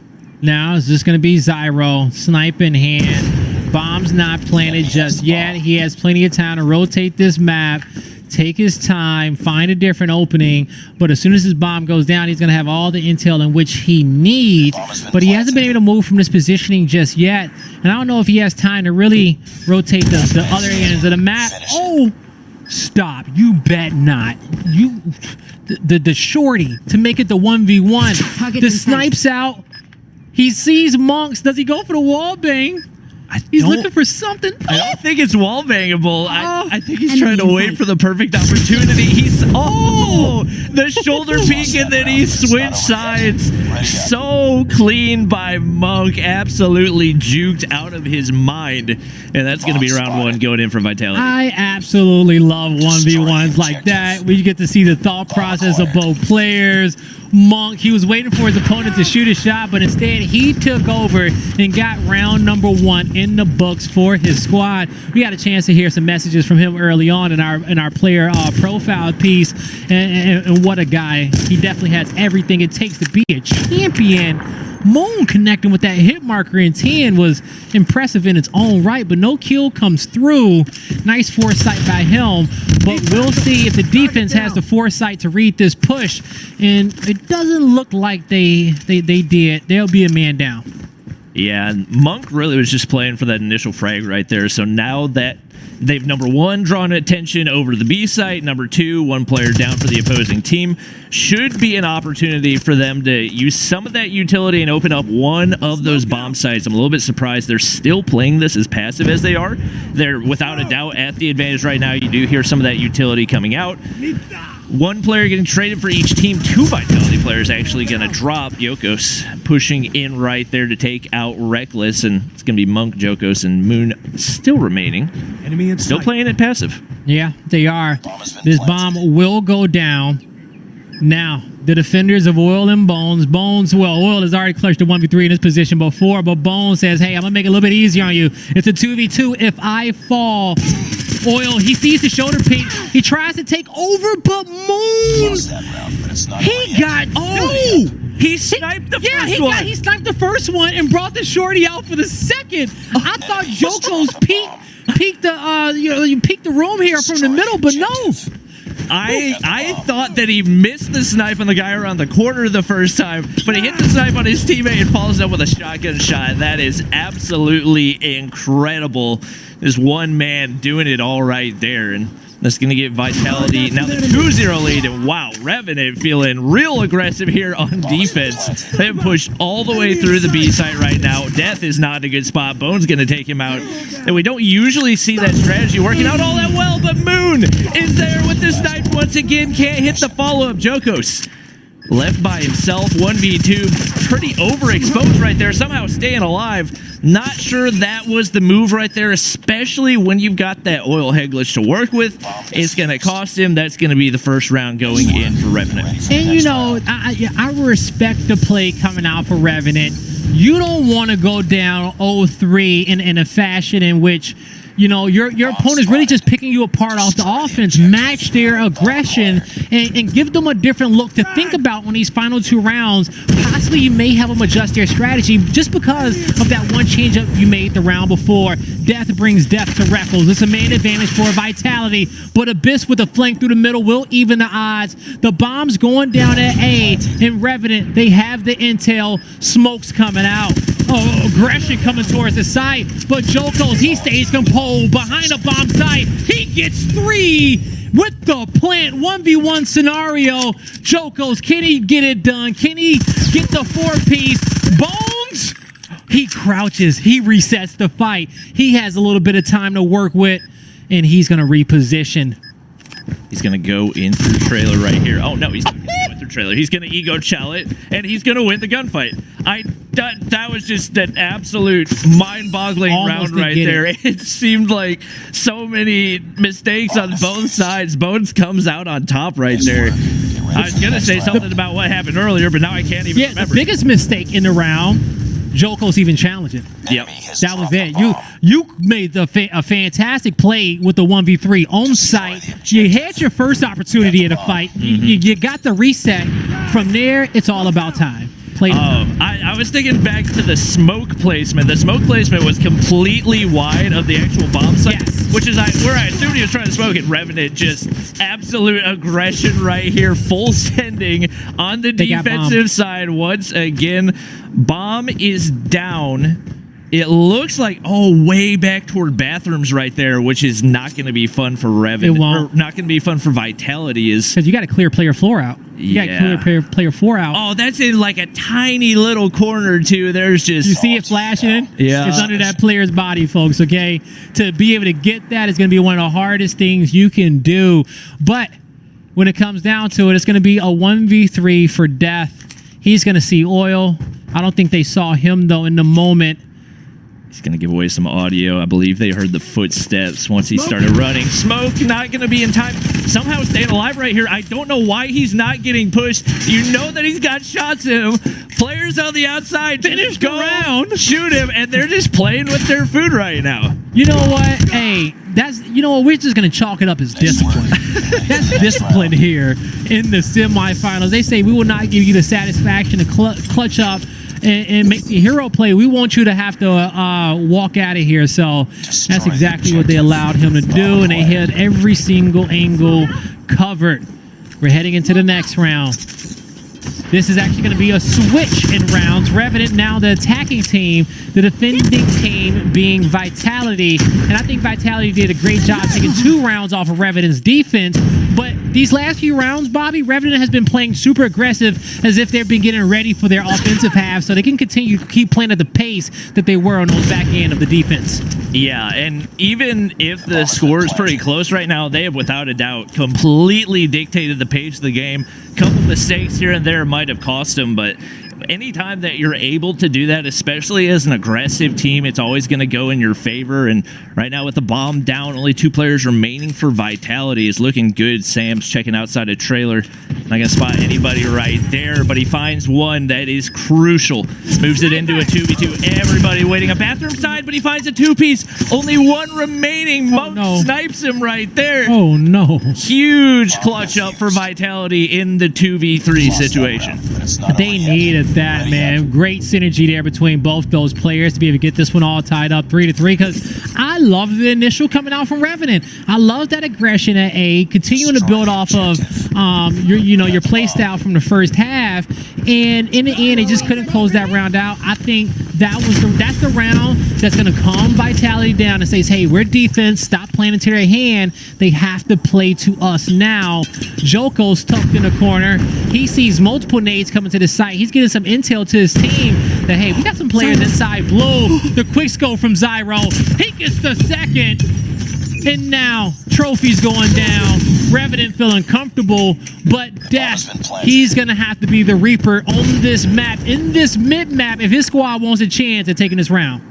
Yeah, Zyro has just been that guy for his team, making the snipe plays when they need them. Looks like the switch from the Rytech to the DLQ has definitely been the right one. Is once again, man advantage, only 25 seconds for Vitality to clutch up. We've seen them do this, but not with time this low. Sam's going to peek the corner. Monk going to peek the inside. He hits the shotgun shot. There's only 1 player alive. Abyss shut down by Death. Oh, another massive clutch up by Vitality. No way! Revenant had such a great defense, bunkered up around A. They had a lot of power positions, but Vitality closing in on all 3 lanes around. I think they brought a player backwood, 1 through mid-map. They had another one at the range, and they got the first kill, and they were able to clean house. 2 great rounds coming out of here for Vitality. 2 demoralizing rounds, if you ask me, for Revenant. And now this is where they have to bounce back. And this is really where things started to look sketchy for them up against True Rippers. Mistakes they were making. Abyss with another huge first blood. He's been doing that time and time again, and he's just not getting that closeout in the rounds from his teammates. Yeah, right. Once again, Vitality down 2 men. But we've seen this multiple times so far. Bomb goes down, and somehow Vitality has been able to make these comebacks happen. Zyro's going to spot him, miss the snipe. Abyss gets number 1. Bones gets number 2. It looks like they're finally going to be able to close out a round. Monk, the only player remaining against 5 opposing opposing players. He's a good sniper. I don't know that he's that good. Somebody jumped right in front of his face without shooting him, but they're going to get the round to tie things up at 4-4. Yeah, and you know, Revenant needed that one. They had to stop the bleeding, because if they lose that one, I don't know what else to say for you guys, okay? But let's not get it confused. Revenant is up 1-0 in this series, okay? They are still controlling the pace of this game, and I was going to ask you about strategy. Should they switch it up? But they will switch up. They go directly towards B. Sam's is going to be tucked in that corner, but Revenant, they're going to retreat. Maybe it was something that they saw that they didn't like. Maybe they just wanted to really sell the fake over there towards B. But with Sam's in that power position, he has all the intel that he needs for his team, and he's confident that he can at least take one to the grave if they do rush that site. So Vitality showing composure, not giving up their current positionings in the 3 lanes in which they're covering. And I feel like the aggression that Revenant has had is the reason they're in the position they are. They gave up that aggression, played it cautious, second-guessed their move toward B. Now they have no map control, no idea what's going on. Jokos is going to get one right there, and things just not looking great for them right now. Tried to pre-fire right there, but he's going to get dropped as well. Death finds one. Moon finds one. Oh, Death, wait. Revenant's only down 1 player. Yeah, Revenant's only down 1 player right now, and so it was probably Death got the kill, and it was Moon who fell. Moon died. So now in this moment, it's still a winnable round for Revenant. Just with Oil picking up 2, didn't get a chance to see it. But now Zyro goes down. Sam's in a 1v1. Shorty in him, but Oil off the head. He says, I beat you to the punch. Revenant at map point, 1 round away from going up 2-0 in this series. Wow. And so now as we head into this round, it was difficult for Revenant in the previous because they pretty much showed Vitality their entire hand and gave up a lot of positioning on the map. So the fact that they fall back and took that round was impressive. Joko's Death. Joko's with the snipe again. Death with another kill. They pick up 4. And they says, guys, we got this. Find his last member, and let's go to a round 11. Yeah, Vitality said, we are not losing this one, not this way. And maybe a couple sloppy plays in the previous round costing them, but... Oh boy. Ooh, here we go again. 2 back-to-back round 11s for Revenant. Can they pull away with another one here on firing range? We're about to find out. This could be the biggest round of their entire tournament. Just going up 2-0 in this series against a talented team. Our first seed of Vitality in Sam's. He's going to be back alley looking for an angle. Won't find much. Moon will be top wood. Going to see if he can catch any players here off the rotation. This is gonna be an interesting round here, Bobby. Yeah, Vitality playing nice and slow. Revenant maybe making a cheeky play. Smokes in mid. I got 1 player in that mid-map area. It looks like Vitality wants that early push. Not gonna get it. Somehow neither player dies right there. Both teams playing so passive. It's actually gonna be Abyss. First blood onto Death. Super crucial, but it's tight. Wow! Moon with the plays once again to even things up at 4 players apiece right here. And I mean, it's tough to say that wasn't just a little bit lucky because it's a no-scope, but at the end of the day, he got hit the it. kill. And at the end of the day, he hit it. It's as simple as that, Bobby, okay? Moonscope is going to eclipse on Abyss there. After Abyss, he played it really well. He played it smart, was passive, got first blood, maybe a little bit too overzealous, tried to get a second, tried to be the hero, but instead, it will be a 4v4 in this round 11. Vitality prioritizing the B site. We will see multiple players be able to move through, clear it, get the intel that they need, but now it needs to be a quick rotation from the bomb at the mini-map. Revenant, they're stacked up mainly towards the A site, and they thought their opponent was there. The way that they were clearing it and checking it out, they're going to find out for the first time that, okay, guys, it's at B. Now, just cover the lanes. Maybe they need a player on the flank. With them approaching from just 2 different angles, this could be easy defense on the side of Vitality, but Jokos, he takes down Oil. Man advantage, 2-man advantage for Vitality in a must-win map, but Bones finds 1. The shot doesn't connect. Bones get a second opportunity at being able to make a play with his teammate Zyro. Oh, the shotgun shot Boom, doesn't gets go another. through right there. Big plays. It's a 2v2, but only 15 seconds. Moon set up perfectly. Sam slides through. Double shotgun kills. It's Vitality coming out on top. We're all tied up 1-1 in our semifinal. What a round there. Vitality showed absolute composure in that last round 11. Those final two players just tucked in a corner, waiting for their opportunity. They knew Revenant had to kind of play. They had to play for that bomb there, but they get the kills in which they need. What an exciting fire range we had. We had back-to-back fire ranges that went to round 11, so I know you're happy, Bobby. Oh yeah, I'm having a blast. This matchup has been a lot closer than I expected for it to be. I did not give Revenant nearly enough credit for how good they were. I think they had their struggles in game number 1, but they've definitely shown they deserve to be here, going right down to the wire with Vitality in that matchup.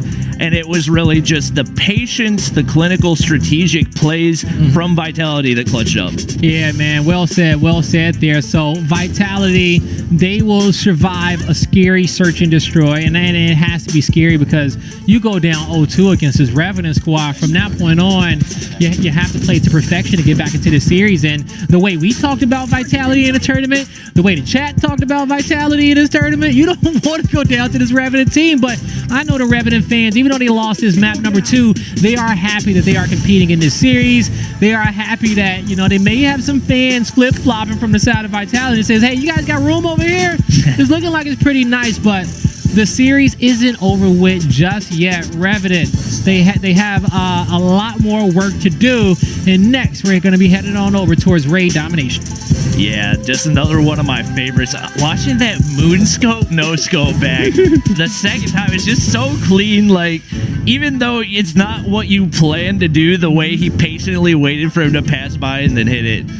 Just a thing of beauty. Raid domination definitely going to be the same as this is just another one of those iconic all-time great Call of Duty maps. Yeah, it really is. I've seen so many great moments on Raid.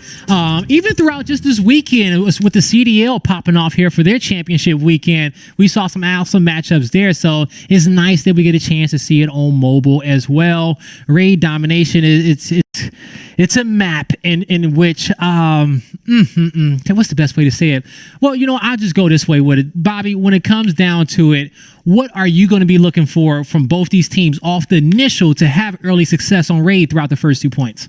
It's really all about map control, especially on Raid. Having control of laundry is going to be the most important thing, especially for teams that are spawning over on the A side. So that's what you're going to want to keep an eye out for. Majority of these teams probably going to send an LMG up there to just absolutely spray anybody that makes an attempt to get the B cap. So you will probably anticipate that side is going to get control first. If they're not able to, that's definitely going to be an issue, and could potentially see some attempts to flip for A as well. Yeah, we may just see that, okay? We know that when it comes down to that B hill, it plays for some exciting moments. It's really scrappy, and we've seen some players make some big-time plays in that moment for their squads, and I hope we get a chance to see them in this map number 3 as well, because between these two teams, they are evenly matched, and both want to make it towards the winners finals. You don't want to go to losers right now, okay? You want to lock in that guaranteed top 3 money by taking this series. Monk with the first blood in this map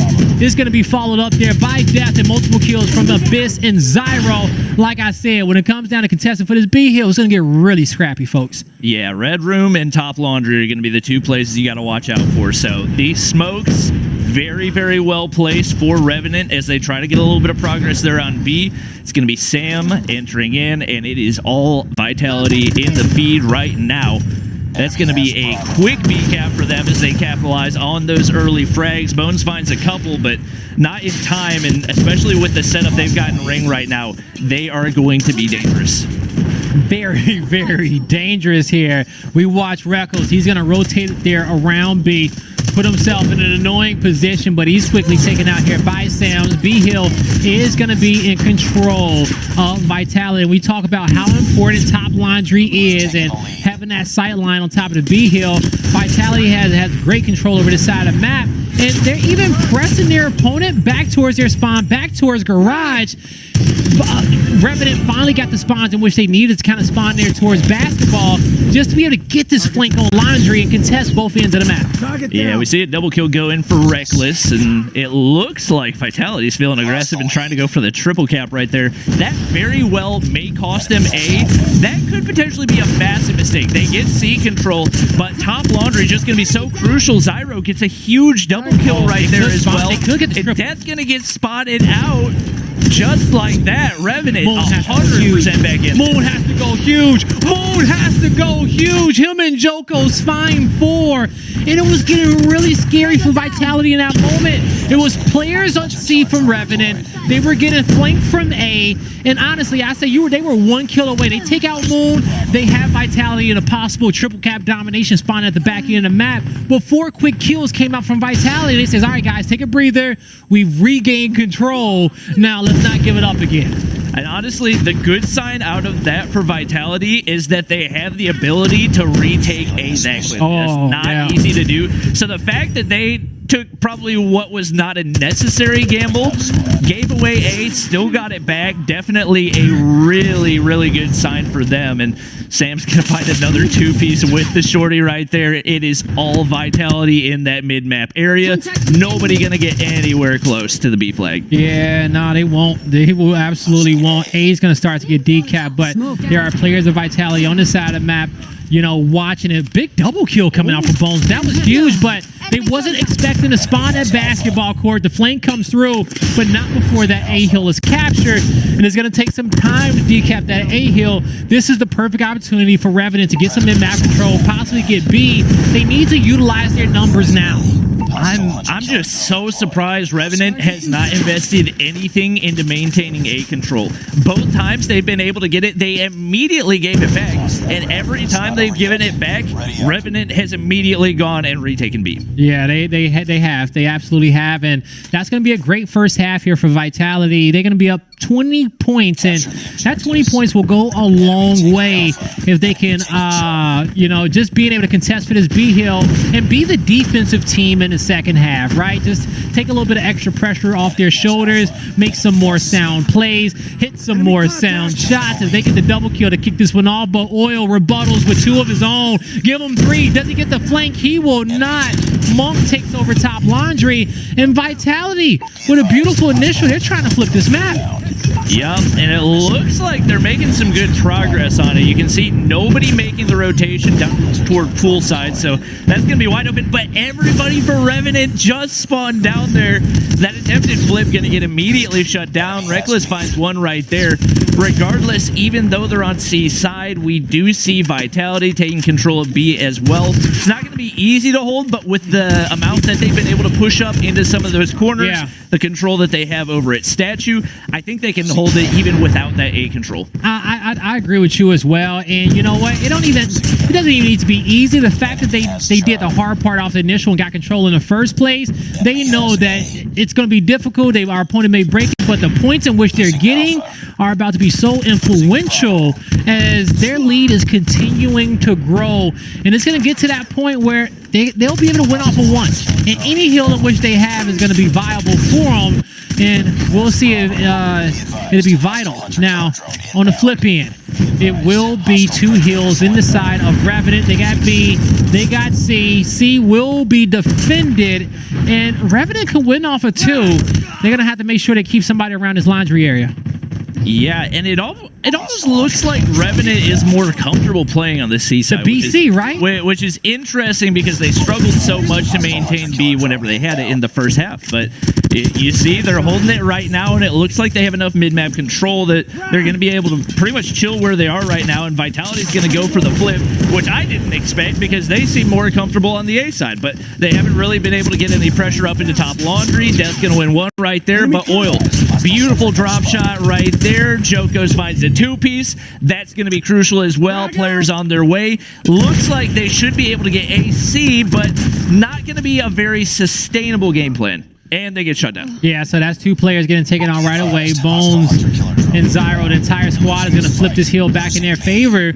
But to see aggression, even just for a bit, when it worked out a lot there for Vitality to be able to force their opponent back to the spawn, for them to be able to use their streaks. And now Moon, he gets 2 with the Predator missile. The Sparrow was picking up multiple kills, I believe, by death in the kill feed as well. But now Vitality, they're feeling comfortable for now. We'll see how comfortable with A-Hill flipping back in Revenant's control. Yeah, this is so back and forth. It looked like Vitality was going to take the triple cap. Now it looks like they're taking back the double cap. They don't need it for very long, but Revenant calls in the Pred missile. Oh my God. Sparrow's on the way in as well. Bobby, absolute chaos. This series is insane. This is just absolute madness. And somehow, with that tiny bit of progress, it's Revenant holding on, but we see players over on C. They're pushing for A. They're going to get the triple cap right there. That should seal the deal unless Revenant can pull out some type of a miracle. They're going to get 2 hills back in their favor. Surely this triple cap don't go back in their favor, but they won't even have enough time with the amount of points in which Vitality is getting. That's going to do it. A crazy map number 3 between both these squads. Vitality in the final few seconds where it could have went either way.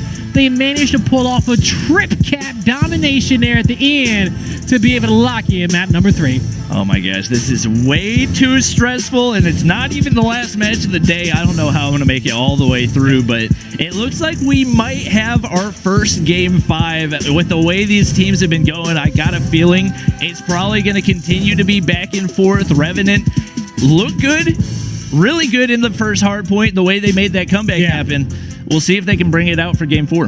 Yeah, we'll see if they can, but oh man, you know, just Revenant is just showing us that, hey, we are here to play. We are here to win this tournament. We don't care what you guys say about Vitality.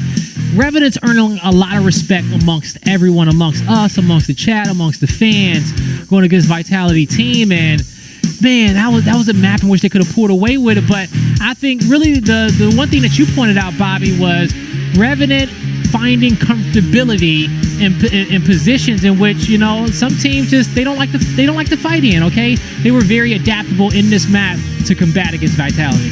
Yeah, I was really impressed where even in the situations where it seemed like it was out of their control, they had such good composure, perfect team strategy, team chemistry, and the way that they pushed the flags, that it was very, very rare that they made a push for a flag that they didn't finish. And that's really what it came down to, is them being able to capitalize on the decisions that they made and maximizing their utility. Yeah, both team, they committed. Both squads committed their, you know, to their pushes, to their aggressions, coming out the respawn. They set a play and they achieved their goal, and they just kind of played away from each other. They played for the time. They were playing for the heals, taking the most favorable fights, but in the end, it is a Vitality victory. What a close series on your screen, everybody. But now we got to head on over toward Summit on Hardpoint. Bobby, how you feeling about this map between both these squads? I love this one. With the way these teams are matched up, I think it's going to be another close one. We know that it's one where even if you build a big lead, it can flip on its head so quickly. And I honestly don't even know who to anticipate is going to be able to take the initial lead. It kind of feels like maybe a little bit more gun skill on the side of Vitality, but there's just so much chemistry going on for Revenant. And you know what? We ain't even got to predict it, okay? We just got to sit back, cast it, and enjoy it, and enjoy it with the fans at home, because both these two teams has given us the best series in which we have saw so far in day number 1 of our regional playoffs. Bobby, outside of what we kind of seen in this series, what has been the most exciting moment that you've seen so far? One of the best plays? Oh, definitely the 1v3 that clutched it up for Revenant to give them the search and destroy over True Rippers. That was, I still can't believe that it actually worked, let alone for that to happen, to clutch a game. But absolutely crazy. I think we do actually have another matchup going on right now between Unbroken and 3RBA. Not many people expected 3RBA to be down in the losers bracket. So we'll go ahead and take a look. As you can see, we did have Unbroken taking map number 1, but 3RBA able to make some big plays and take maps 2 and 3. What a close series. 150 to 146 in a domination. I'm mad we didn't get a chance to watch that one, because Unbroken, they are fighting for their tournament lives as well, and we expected a lot out of 3BA, but Unbroken, man, they says we will not go down without a fight, and 3BA is just having a hard day right now. Yeah, I think there were some high expectations for them. I think a lot of people thought they were going to be the #1 team from the Middle East, and have definitely had their struggles, but it seems like they've got a pretty good shot at making it out. I low-key hope that goes to a Game 5 as well, because I'd love to be able to see the end of that one. Same. We get a chance to peek in there.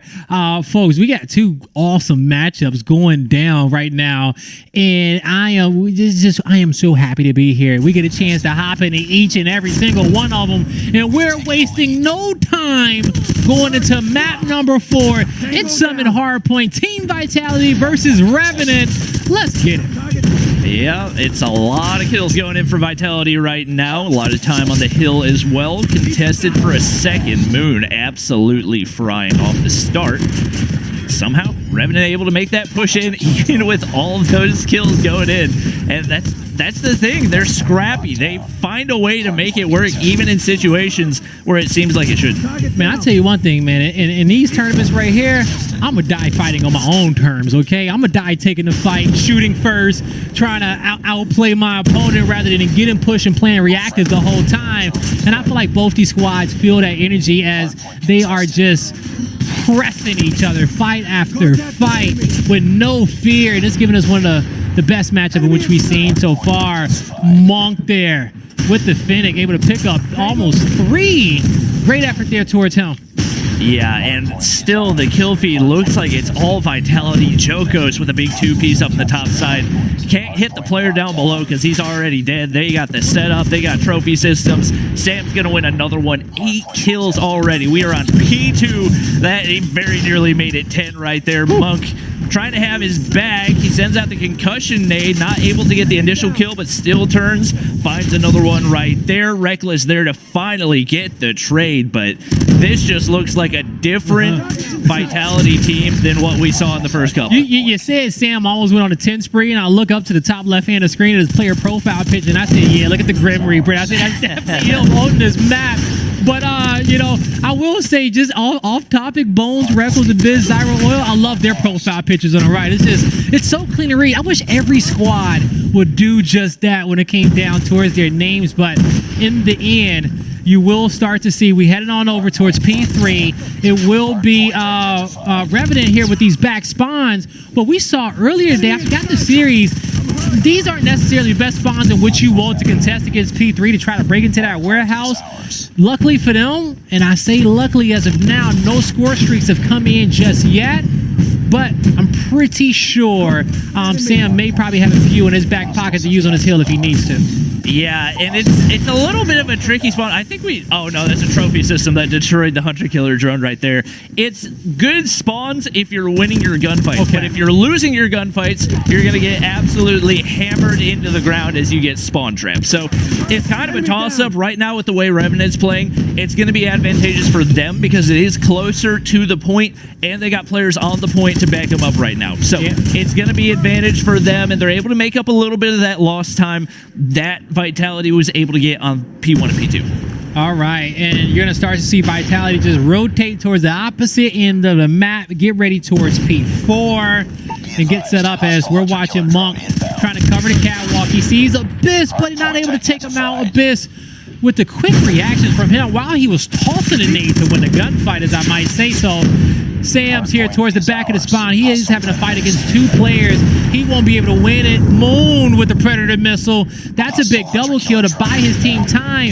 But Revenant got the spawns in which they wanted, and that's a great play coming from Zyro and Oil. Yeah, they pushed that really well. It looked like Death might miraculously survive, but right now, it just feels like Vitality is extremely streaky in the way that they're playing. They'll go on these crazy sprees where they stack up score streaks, they get their operators, they get everything, and then all of a sudden they just can't win a gunfight. Like, look at the feed. It is all Revenant. They're getting their Preds, they're getting their sentries, a couple kills here and there for Vitality, but for the most part, they're just getting obliterated. Revenant because continue to show us how they get better as these maps progress, just adjusting to their opponent. They were down early on in this one, but they're going to get their first lead change of the game, taking control here in the moment, trying to get this series all tied up 2-2 and get us to a game 5. We can only hope, right? As fans of Call of Duty Mobile, Revenant is looking to do just that. But Vitality, as they're getting geared up to get back towards P1 and P2, where they had their most success. Moon with the Sparrow picks up 3, looking for the 4th. Ooh, he's going to turn. Oil's right there. It's Vitality. Early rotation. The control back on P1. Tread Missile going to find 1 for Moon. Got a Sentry Gun to work with. Hunter Killer as well. And look at the KDs. Oh, Zyro is just getting obliterated. My man is 3 why did you call him out, bro? and 22 Why right did you now. call him out to the chat? The fact that Revenant is in this game when he's... What? When he's not here. When he's not here, bro. No, it'd be better if he wasn't here because that would be 23 kills that didn't go over to Vitality. Oh, man, that's 23 kills going into the streaks.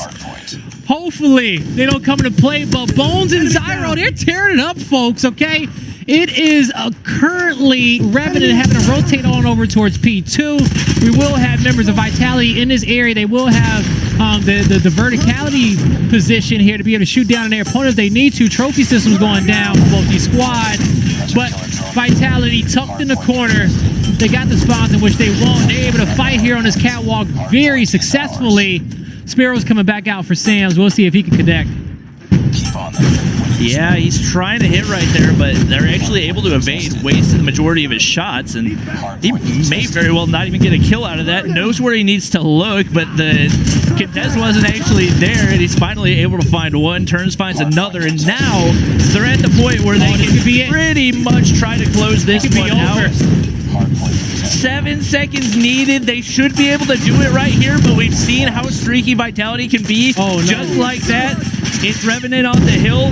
Multiple players pushing in. Zyro finally wins a gunfight. That's going to be huge, and now they're pushing out to see if they can get spawned for next. They win on this! They win on this! Oh, Zyro came back. If he doesn't cut back, if he had tunnel vision on the next rotation, Vitality could have won it in the moment, but we got some time before we head over to next. The back spawns in his hill will be held by Vitality, but Revenant inside the hill. Oh my Abyss finds 1. Jokos gets in there. He gets taken out, and Vitality gets the seconds in which they need to be your next team, progressing on to the winners finals to play up against Insidious. But now, we are not over just yet. We want to cheer and give Vitality a lot of congratulations, but this is another series in which we got to head into, folks. We're going back down to the losers bracket because one of these 2 teams are about to go home. Yep, and it looks like it is going to be Unbroken with the lead. They are down 2-1 right now. It is do or die for them. They're winning some big gunfights right here, but Wolf able to push in, finds a huge 2-piece on the point. They got a lot of positioning. They are stacking the point. They're so many players over there. They can win it on this one if they hold it right here with 3 players on it, and they're hitting their shots. The entire kill feed going their way. It looks like they might be able to pull off the last second comeback. Players hopping down. A bunch of kills go in the contest. Ooh. It's going to be enough for them to hold on for a little bit longer, but Unbroken's got to make that push out for next as well while it's 3 RB already getting spawns. Oh my God, we get to see 2 back-to-back epic late games on Summit. It's coming down to a few seconds. A battle for P3. Boff in the hill. He's looking to take down 2. He gets taken out on his own. Leo, can you do it for your squad? The shorty's in hand. We're going to a map number 5 in this series between BRB. I mean, this is just so stressful. Every single one of the matches in the past hour has been down to the wire. We got Team Vitality taking the win. We got our first game 5 of the day. Oh man, these teams dance it up because Unbroken, man, they got here, okay? They got to this point. They may have been underdogs in this series, but they continue to fight. Their spirits is definitely unbroken here. Yup, I mean, especially against a team that was favored as much as 3RB was. They are really, really showing out right now. And obviously, $15,000 on the line for first place. Why wouldn't you? Why wouldn't you indeed? That's a lot of money here, folks, okay? And so now we'll get our series layout here in just a second, but we know that we got to go to map 5 of Search and Destroy between both these squads. And as Bobby said, it's our first map 5 of the day. Now, we haven't seen too much of this series to really kind of dissect how they've been playing throughout the 4 maps, but I do want to go back because we hopped into it so quickly just to give Vitality their congratulations for winning a tough series of their own. Yeah, that was I think the best action of the day, even though we didn't go to a game 5. Both of those teams battled it out. Super scrappy play out of Revenant. Yeah. They really gave it their all, and they're not done yet. Yeah, they're not. They still got another chance. They can move down to the losers bracket, and I've got a feeling they're going to be making some noise down there. Yeah, I think they'll be making a lot of noise. They learned a lot from that Vitality matchup in the semifinals, and they still have an opportunity to keep on going forward. We may get a chance to see Revenant in that last series of the day continue to fight for their tournament life to make it towards the losers finals. But as you guys can see, it's Raid, Search, and Destroy going into map number 5. But let's take a double back while we get this next one set up to just let these final moments kind of like air out. Yeah, it was just pure chaos, so much utility, both teams with easy access points. And when you got both teams, probably got 5 players with concussions, I think there was one point where everybody was just blinded and hip firing and hoping that their shots were going to hit. And it ended up being that Unbroken was the team that hit the most shots. It looked like 3RB was going to claw their way back, but just not quite enough. Yeah, just not quite enough right there. Wow, what an epic day of Call of Duty mobile action. South Asia and the Middle East folks are not disappointing. This region is insane. This is the first time I've had a chance to be able to cast these teams. I saw a lot of the European region. I saw a lot of NA. But South Asia and Middle East, boy, these guys know how to play. Yeah, they have a really fast, aggressive play style that you won't see a whole lot in those other regions. So, especially when it gets into the Search and Destroy, it can get really exciting, really chaotic. Sometimes it backfires, but it's a lot of fun to watch. It is a lot of fun to watch. Now, let's dive in here on Raid, Search, and Destroy between these 2 squads, Bobby. And now, when it comes down towards this map here, what are some of the place characteristics that you need as a squad to be successful here on Raid, Search, and Destroy? Definitely, Raid, Search, and Destroy, you can play it a lot of different ways, especially from the offensive POV. You can, especially if you have good utility usage, you can smoke off mid and play a lot of those mid-map angles and try to take control. What a lot of teams will usually do is just smoke off top bank room and try to make a push up toward that A side, but I haven't seen this region play Raid, Search, and Destroy quite as much, so their strategy has been, for the most part, very different from what I'm used to. And you know what? And as we are learning a lot of new things as we're watching the South Asia and Middle Eastern region, me and Bobby already said, hey, we're fans too. We're strapping in. We're watching these matchups. We can't predict who's going to win it because they have been so close throughout the entirety of the day. And it's honestly anyone's game. Chat, who you guys think are going to win between both these squads? Because we surely can't call it out over here. But I am so excited to get our first game 5 of the day because this tournament, we need that, okay? We don't get enough game 5s in our lives. We get a lot of 3-0s, but we don't get enough game 5s. Yeah, I mean, that's like the best part of Call of Duty is when it really goes the distance. Game 5, round 11, everything's on the line. And for these guys, everything is going to be on the line because the loser going home. They get some money, but they don't get $15,000. So we're going to see what these guys are bringing to the table. We're still waiting for our players to get loaded in. I am also noticing that the sun is coming up right now. So that's nice. Yeah, it finally peaked out and my whole energy just changed right now. What time is it? The sunlight hit me in my face. But we have had a long and exciting night over here. And, hey, I wouldn't want it any other way. I don't know what time it is for you guys out there in your region. But, you know, if it's there towards dinner time, towards the back end of the night, we hope that you all had a fantastic afternoon, an entire day watching Call of Duty Mobile because we definitely did over here. Map number 5, Raid, will decide which one of these teams will progress towards losers round 2 and the other's tournament hopes out the window. It's over. They're going to have to start worrying about, going into next season. But man, so far throughout the 3 stages to get here, there's been a lot of action happening, offline, and now we get to get these boys online here for stage 4. Can you break down to the fans when it comes down to the qualification going towards champs? How many teams is coming from this region? Yeah, so that's the other thing, and probably the more important thing that a lot of people don't realize is the $15,000 is not even the main goal for most of these players. The main goal is that $2 million prize pool that's waiting for them in Stage 5. So 3 of the teams that make it out, the top 3 teams from the South Asia and Middle region, will be moving on to the Stage 5 of the COD Mobile Championships, and that's where the big money's at. Ooh, that is where the big money is. And when it comes down towards our 3 squads to qualify, technically you just have to make it to the losers finals. We'll know by the end of the day who those teams are, okay? We're going to take a look at our bracket so me and Bobby could kind of pontificate on a little bit more and see how it breaks down. So I'll tell you one thing, Vitality and Insidious, both those teams are guaranteed top 3 as it is. So you can guarantee those both those teams qualification spots, especially if they don't already have them as is.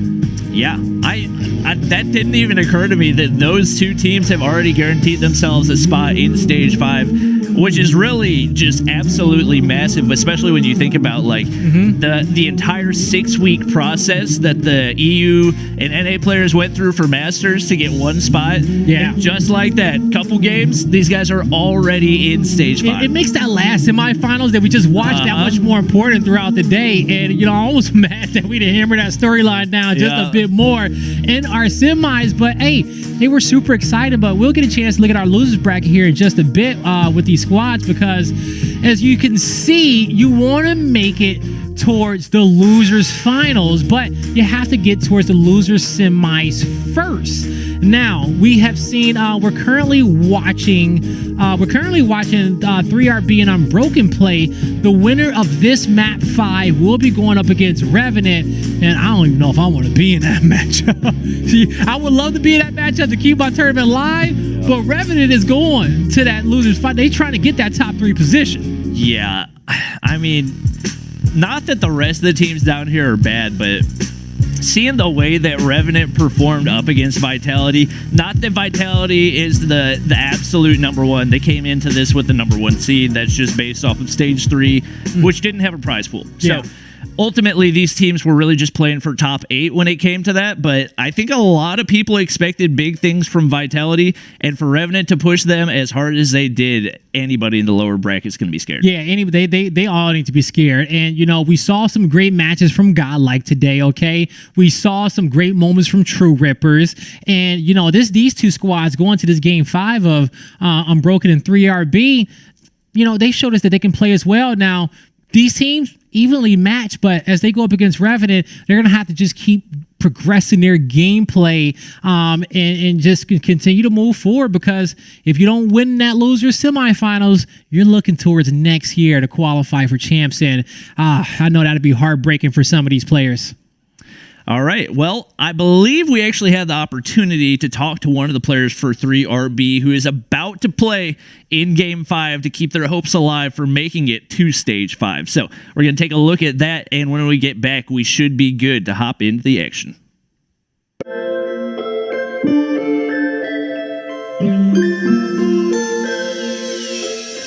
My name is Ansh Srivastava and my in-game name is Exo.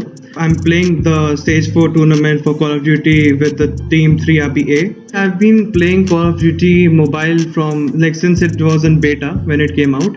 I used to watch many streamers actually playing Call of Duty. I didn't have a good laptop or a gaming PC or any console, so I used to watch them, and I used to get hyped up when someday I'll play the game and I'll enjoy it myself as well.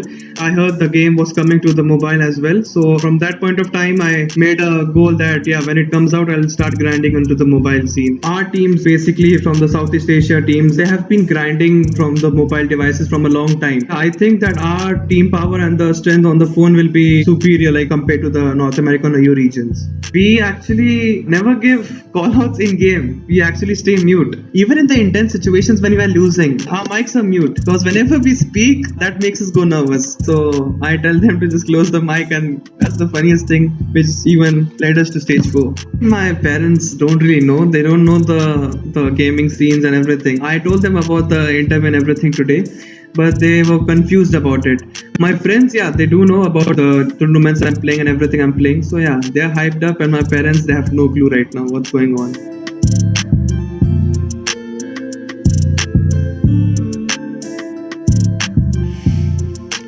Man, what a great piece right there. And there are 2 points in there in which I have to mention. And, point number one is, because, I used to do this when I used to kind of compete back in the day, but I didn't do it in tournaments. But he says, me and my squad, we play with our mics muted. He said, we don't even talk. He said, we mute our mics. And I'm like, that explains a lot, because you're going to need some comms in this tournament if you want to play. But, maybe it's just because, they have that much chemistry. They understand their positions with the play. They understand the objective, and they could do that with, probably little to no comms. But, hey, to each their own. But the second point was the opportunities that mobile gaming brings towards the esports scene, because, we know when it comes down towards, pretty much majority of the rest of the world, mobile gaming reigns supreme. So for it to bring the opportunities to people who, don't have the connection to consoles, and to be able to get the PCs and to go the challenges and the CDL routes and opposite routes, the other pathways to get to that point, mobile gaming makes it that much more accessible for esports to be a dream for everybody. And I think that is so cool. Yeah, it's absolutely insane, the amount of the world that it's able to reach with gaming that's never really had access to it before, which is super, super cool. I think we actually had an opportunity to talk to a player from Unbroken Esports as well. So we're going to go ahead and get a word from him on what their game plan is for today's matchup as well.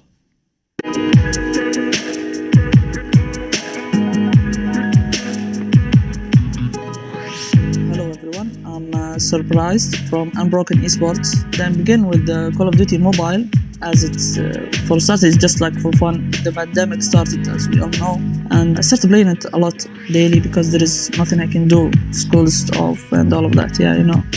Then I began my competitive scene, I think 2020, at the end of it. Me and my team know each other like from long ago. We know each other in real life, not in boot camp and all of that. No, it's just like we're friends. Second of all, we have like a good chemistry together. You know who will slay at this time of the match and who will camp. In the Middle East, like most of the players, even in the ranked, we'll have to take 1v1 gunfights, 1v2 gunfights and win it. You have 3 teams from the Middle East. It's Unbroken, Undefeated, and 3RB squad. All the players from that team, they can take you on 1v1 gunfight and they will win you. We don't care about strategies and tactics. We care about how you aim, how you move in the game. The biggest threats in this tourney, first of all, it's ourselves for not being concentrated and not being good. Second of all, there is an Indian team, Vitality. It's one of the hardest teams to be against. I'm surprised from Unbroken Esports, and I hope you support us in the World Champions.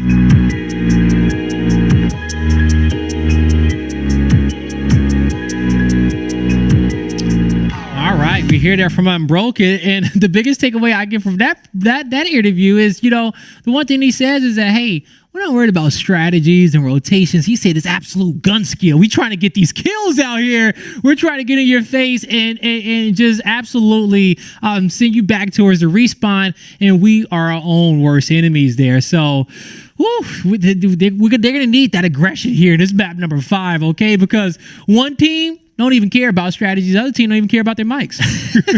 Yeah, you wouldn't think that either of those would go into a successful Call of Duty mobile competitive team, but apparently that is the case. So I'm excited to watch that matchup. We're going to head into a quick break. Whenever we get back, we should be ready to hop into the action. Don't go anywhere. We'll be right back. Game over.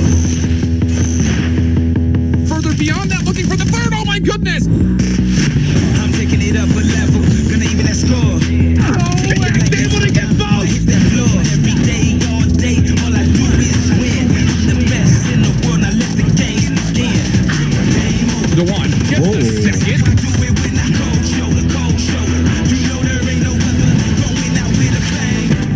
Another one. Now 1 versus 1. What is this?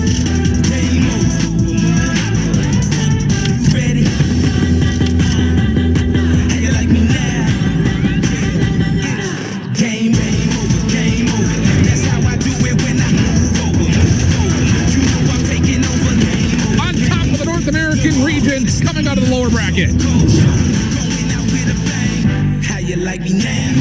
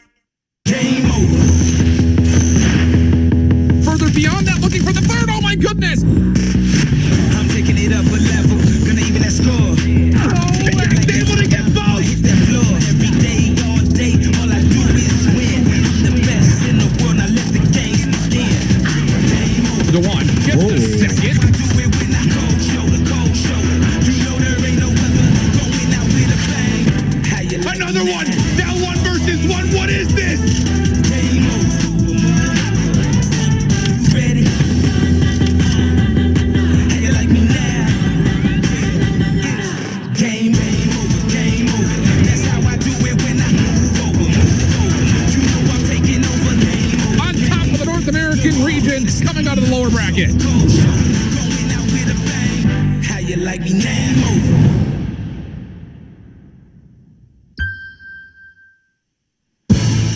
Ladies and gentlemen, welcome back to Call of Duty Mobile Masters. I'm Blaze with Bobby Plays over here. We were just about to head into map number 5 of Unbroken versus 3BA, but we're going to be putting that one off to the side as we take care of some issues there with that map number 5. And instead, we're going to be moving on over towards True Rippers, and their matchup against, I believe, is going to be Godlike. So that's going to be fun to see both these two teams play, because we saw them put up some good fights throughout the day, Bobby. Yeah, honestly, True Rippers very well could have been a team that took down Revenant. So that gives you, to a certain degree, their skill level. At the same time, Godlike has put up some really solid performances as well. I believe they are coming down from the winner's bracket. So right now, both of these teams feel like they're in a pretty good position to put up a good fight. Yeah, that's what they definitely feel like. But hey, I'll tell you one thing, they better be in a position to put up a good fight, because if not, one of them is going home, the next is going towards the loser semis, where they get to play for that last spot in champ. So that's how important this is. Let's take a look at our series layout to see what maps these guys are going to be playing on. And it's going to be kicking off on Takeoff Hardpoint from map number 1, followed by Standoff Search and Destroy, Raid Domination, Crossfire Hardpoint, and Hackney Yard Search and Destroy. Bobby, how you feeling about this cycle? I mean, anytime that we don't have Hackney Yard Domination or Crossfire Domination, I'm going to be happy with it. I love the rest of the map pool, so seeing that we got Raid Domination for Game 3 gets me excited. Yeah, and we already saw a great Raid Domination map so far in our previous series when it came down to, it was a qualification. It was Vitality playing up against their matchup against Revenant, so that was really fun to watch. Maybe we'll get another one here, and I'm sure we will when it comes down to Godlike and True Rippers, because both these teams understand the importance of this series, and that, hey, this is a must win. So take off Hardpoint. Let's lock into it. Yep, I'm excited for it. This is a map that was not in the competitive pool for a long time, and now this year we play it like every series. Yeah, because I remember some of the first weeks of Masters. Yeah. You and Mommy were so surprised, like, what? Takeoff is in the map pool. What's going on? And then from that moment on, it never left. Yeah, I mean, ever since then, I'm like surprised if we don't have Takeoff Hardpoint. I was like, oh, we get to play something else? Okay. But I've definitely, it's grown on me. Yeah. Like, originally, I was kind of like, what was the issue with it originally? Yeah. What was the issue with the map originally, where it was like, it was just a so-so map? Oh, there wasn't an issue with it at all. It had just never been Hardpoint in the ranked pool. So I had never seen it played. I had never played it myself. Yeah. I didn't know what to expect, but I definitely like the way that it plays. There's a lot of opportunities for teams to flip the momentum. You can never really tell who's going to come out on top, and overall, just super fun to watch. Yeah, it definitely is super fun to watch, folks. I tell you this, man. Godlike, True Rippers. Only one can progress. The other's tournament hopes are done. That's fun to watch if you ask me, okay? It sounds like we are already underway right here as we are on the way into P1. It's Godlike getting that initial time on the hill, and pretty back and forth in the kill feed so far. We do see Godlike with a really solid side. When you get an LMG on that head glitch, that is going to be tough to touch. And Vortex got 2 Mino, IGL as a team, playing that big rolling shots, kind of lurking up in that rotation to the P2 side, and especially with him already set up over there, Godlike is looking like they've got a Godlike set up off the start. Yeah, that's what it's feeling like. They have some forward positioning here towards mid-map, trapping True Rippers here towards the back end of their spawn, but they will finally be able to fight out here, get some control here, get a little bit of scrap time off this middle hill. It is contested, but we got to start asking ourselves about P2, where Godlike hit the early rotation at P2. Well, sorry, True Rippers hit the early rotation at P2, but they're losing some key gunfights to Godlike, and now we're watching Vortex. He is going to be wrapped around here, watching his spawn door here on the side of True Rippers, and he has a really advantageous position as his teammates coming off the spawn, and they're filling in the gaps, locking in his hill.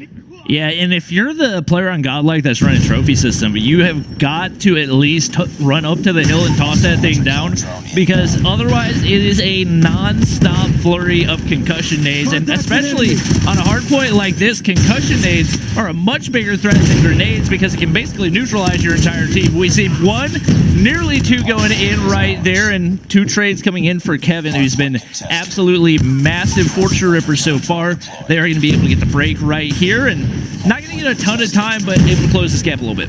Yeah, but we've seen these tight corners that Bobby was talking about, why the concussion grenades could be so influential, so important, and even better than frags, because you slow down a group of people like that, those should be free kills coming in for you. Now, as we're getting ready to rotate towards P3, we see Prism picking up 2. Will have his teammates help, but he has to continue to keep rotating. As you're going to see, G-Shots, he does have hill control and top side of the hill as well. Oh my gosh, he's got 12 kills before we even get started on P3 right here. He's not going to be able to win that one. And that topside control is going to be huge, but Mino immediately shuts it down right there. 3 players set up on the backside, but the Death Machine in the hands of Prism mowing through the players of True Rippers right now, and they got topside control. They got Mino on the push from the backside as well. A sentry gun, a Pred missile. Godlike is looking really, really good here on P3. Yeah, they're looking damn good. Sentry turret goes down as well, and they're just looking for these final 2 members back here towards the hill. It will be a contest for True Rippers, but a brief contest. Well, I speak briefly. They're still picking up some kills. 13 seconds left on this hill, and they know that they need to get as much time as they can. But now we're in scrap time territory, folks. You're going to have a few extra seconds when the hill is locked to make the rotation. But we are going back towards P. Actually, no, we're going to P4, and you will see the boys of Godlike set up once again. They have plenty of score streaks to use. They're going to light our entire kill feed up. Yeah, it is all Godlike right now. Mystic's able to find 1, but trying to push in from this side of P4 is so tough to do, especially when you get multiple players set up. The only thing that can stop it, a concussion nade, and that's what we see right there. That's why it's so crucial, not necessarily just to run concussion nades, but to get your trophy systems down as well, and that's one of the few mistakes I feel like Godlike has made multiple times in this, is not having the right amount of utility where you need it, especially if you're going to try to hold a hard point. And True Rippers gets the push in, but they invested a lot of utility to do so. They need to get the rest of this hold in order to maximize it. Yeah, the utility is going to be key. Techno picking up a kill there for the Rippers. He finds 1 more, but Vortex, I think that is going to be 3. We just saw him pick up there on the feed. If not, I'm sure it's a 3rd kill around his corner that he's about to pick up momentarily. But Godlike, they will be able to bully their way through that hill. They collect on the rest of the scrap time, and they're already past that 100-point marker. As we're going back to P1, this is also the hill. This is also a hill in which Godlike won in the first half rotation, and they got some of that same position that they had before. Beautiful turn from Fakes. He finds 2. Yeah, True Rippers invested, I believe, at least 2, maybe 3 operators to get that break on the P4 right there. And that was only for 20 seconds of hill time. So that's something that could come back to bite them. It looked like they were in prime position to make something happen right here. And they do get control of P1 right here. So they've got a really good opportunity, but once those operators start to come out for Godlike, it could flip back in the opposite direction pretty quickly. Yeah, we'll see if that happens. 20 seconds left on P1 before rotating towards P2. And it looks like Godlike is starting to get set up around P2 a little bit earlier, since they know that they got the lead. They don't want to waste on the scrap time, but this is scrap time that is definitely needed on the side of True Rippers. Now, big kill coming in from G-Shots. He's going to reset the fight. Man advantage in favor of Godlike. Nice pre-nades going there towards the window. Doesn't see anyone here towards the left, but Prism taken out. Rippers will keep pressing forward. Beautiful flank from Mystic. Yeah, and that's really early in the hard point to get the break right here. They got a sentry gun set up. You can see 5 godlike players trying to push in, but they're not going to be able to push past the sentry gun right there. They're all waiting. They finally get it taken out, but that's going to give True Rippers time to get the push up on it. And even through the concussion, the hip fire's able to get the kill right there. Fake still winning the gunfight in the top side. Prism doing everything right now. 33 kills on the board. He's got a death machine ready to go as well. Finds 2 assists right there. That's going to be crucial for Godlike as it looked like things were starting to flip in favor of True Rippers. Yeah, that's what it did, especially when we saw that sentry turret go down. We thought it was going to come through, but even with the concussion days, man, some of these SMGs, the fire rate of those guns, it'll still be able to at least pick up 1 kill in a close quarters battle. Now we're getting ready, going over towards P3. We will see members of True Rippers set up, but this is going to be a 2v2 fight for a second. Yeah, you can see it. It's just absolute chaos entering the hill right now, but it is going to be True Rippers, 2 players ready to go. We got shots at 29 and 19. Meanwhile, Lesra just not having a fun time. A couple players struggling over on Godlike, and as a result, we see True Rippers taking the lead and actually building on it. They got those death machines coming out. Even with that early operator usage, they were able to frag out hard enough that they got those second rounds. They've got a perfect setup right now. They got a sentry gun. They've got 4 players on the point. Godlike trying to push in. Operators coming out. Prism finds 1, finds 2.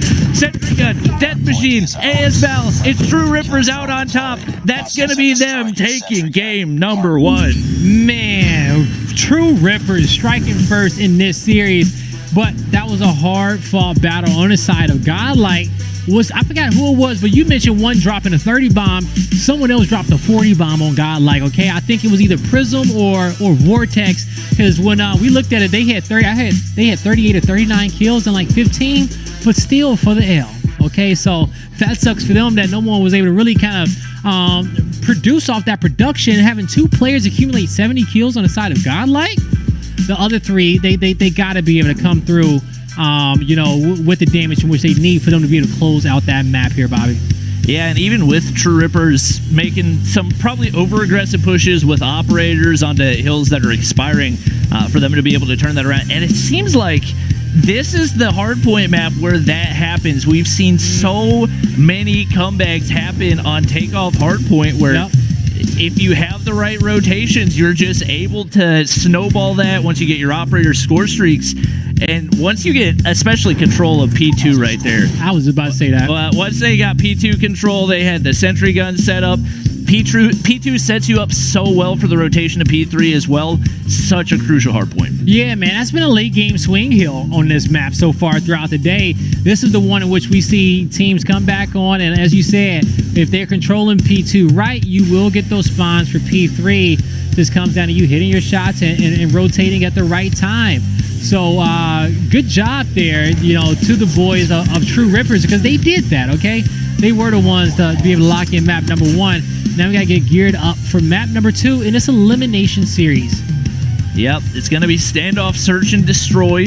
One of the search and destroy maps that's not quite as sniper heavy, so you don't necessarily have to be 100% dependent on that. At the same time, there are some crazy wallbang angles that don't really make a whole lot of sense, but if you have players that know the right timing, the right angles, can make some absolutely ridiculous plays. And correct me if I'm wrong, Bobby, when it comes down to the search and destroy maps in which we play here in the league, would you say standoff has the most strategy and possibilities from offensive, defense in which you can work with? Because I think those wall bangs are really crucial, and they give you a lot of intel.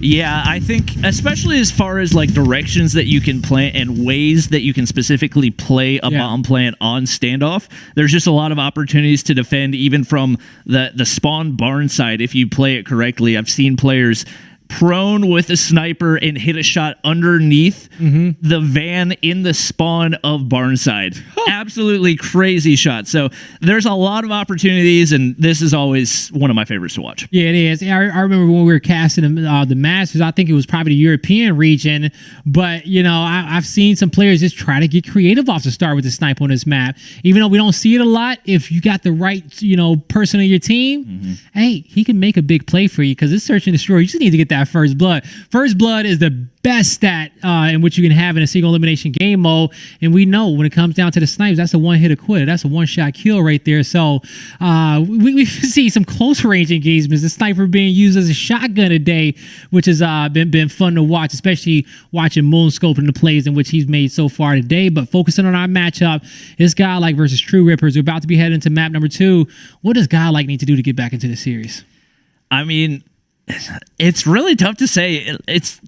I'm trying to break it down based on what we just saw because we've seen so many times where it seems like one team is the better respawn team. They get a big lead on takeoff hardpoint and then they throw it away, and then usually they bounce back in the search and destroy. So I've got a feeling they're really going to bring it right now. Standoff, definitely a super, super competitive one that can be played, like you said, so many different ways. This is a big opportunity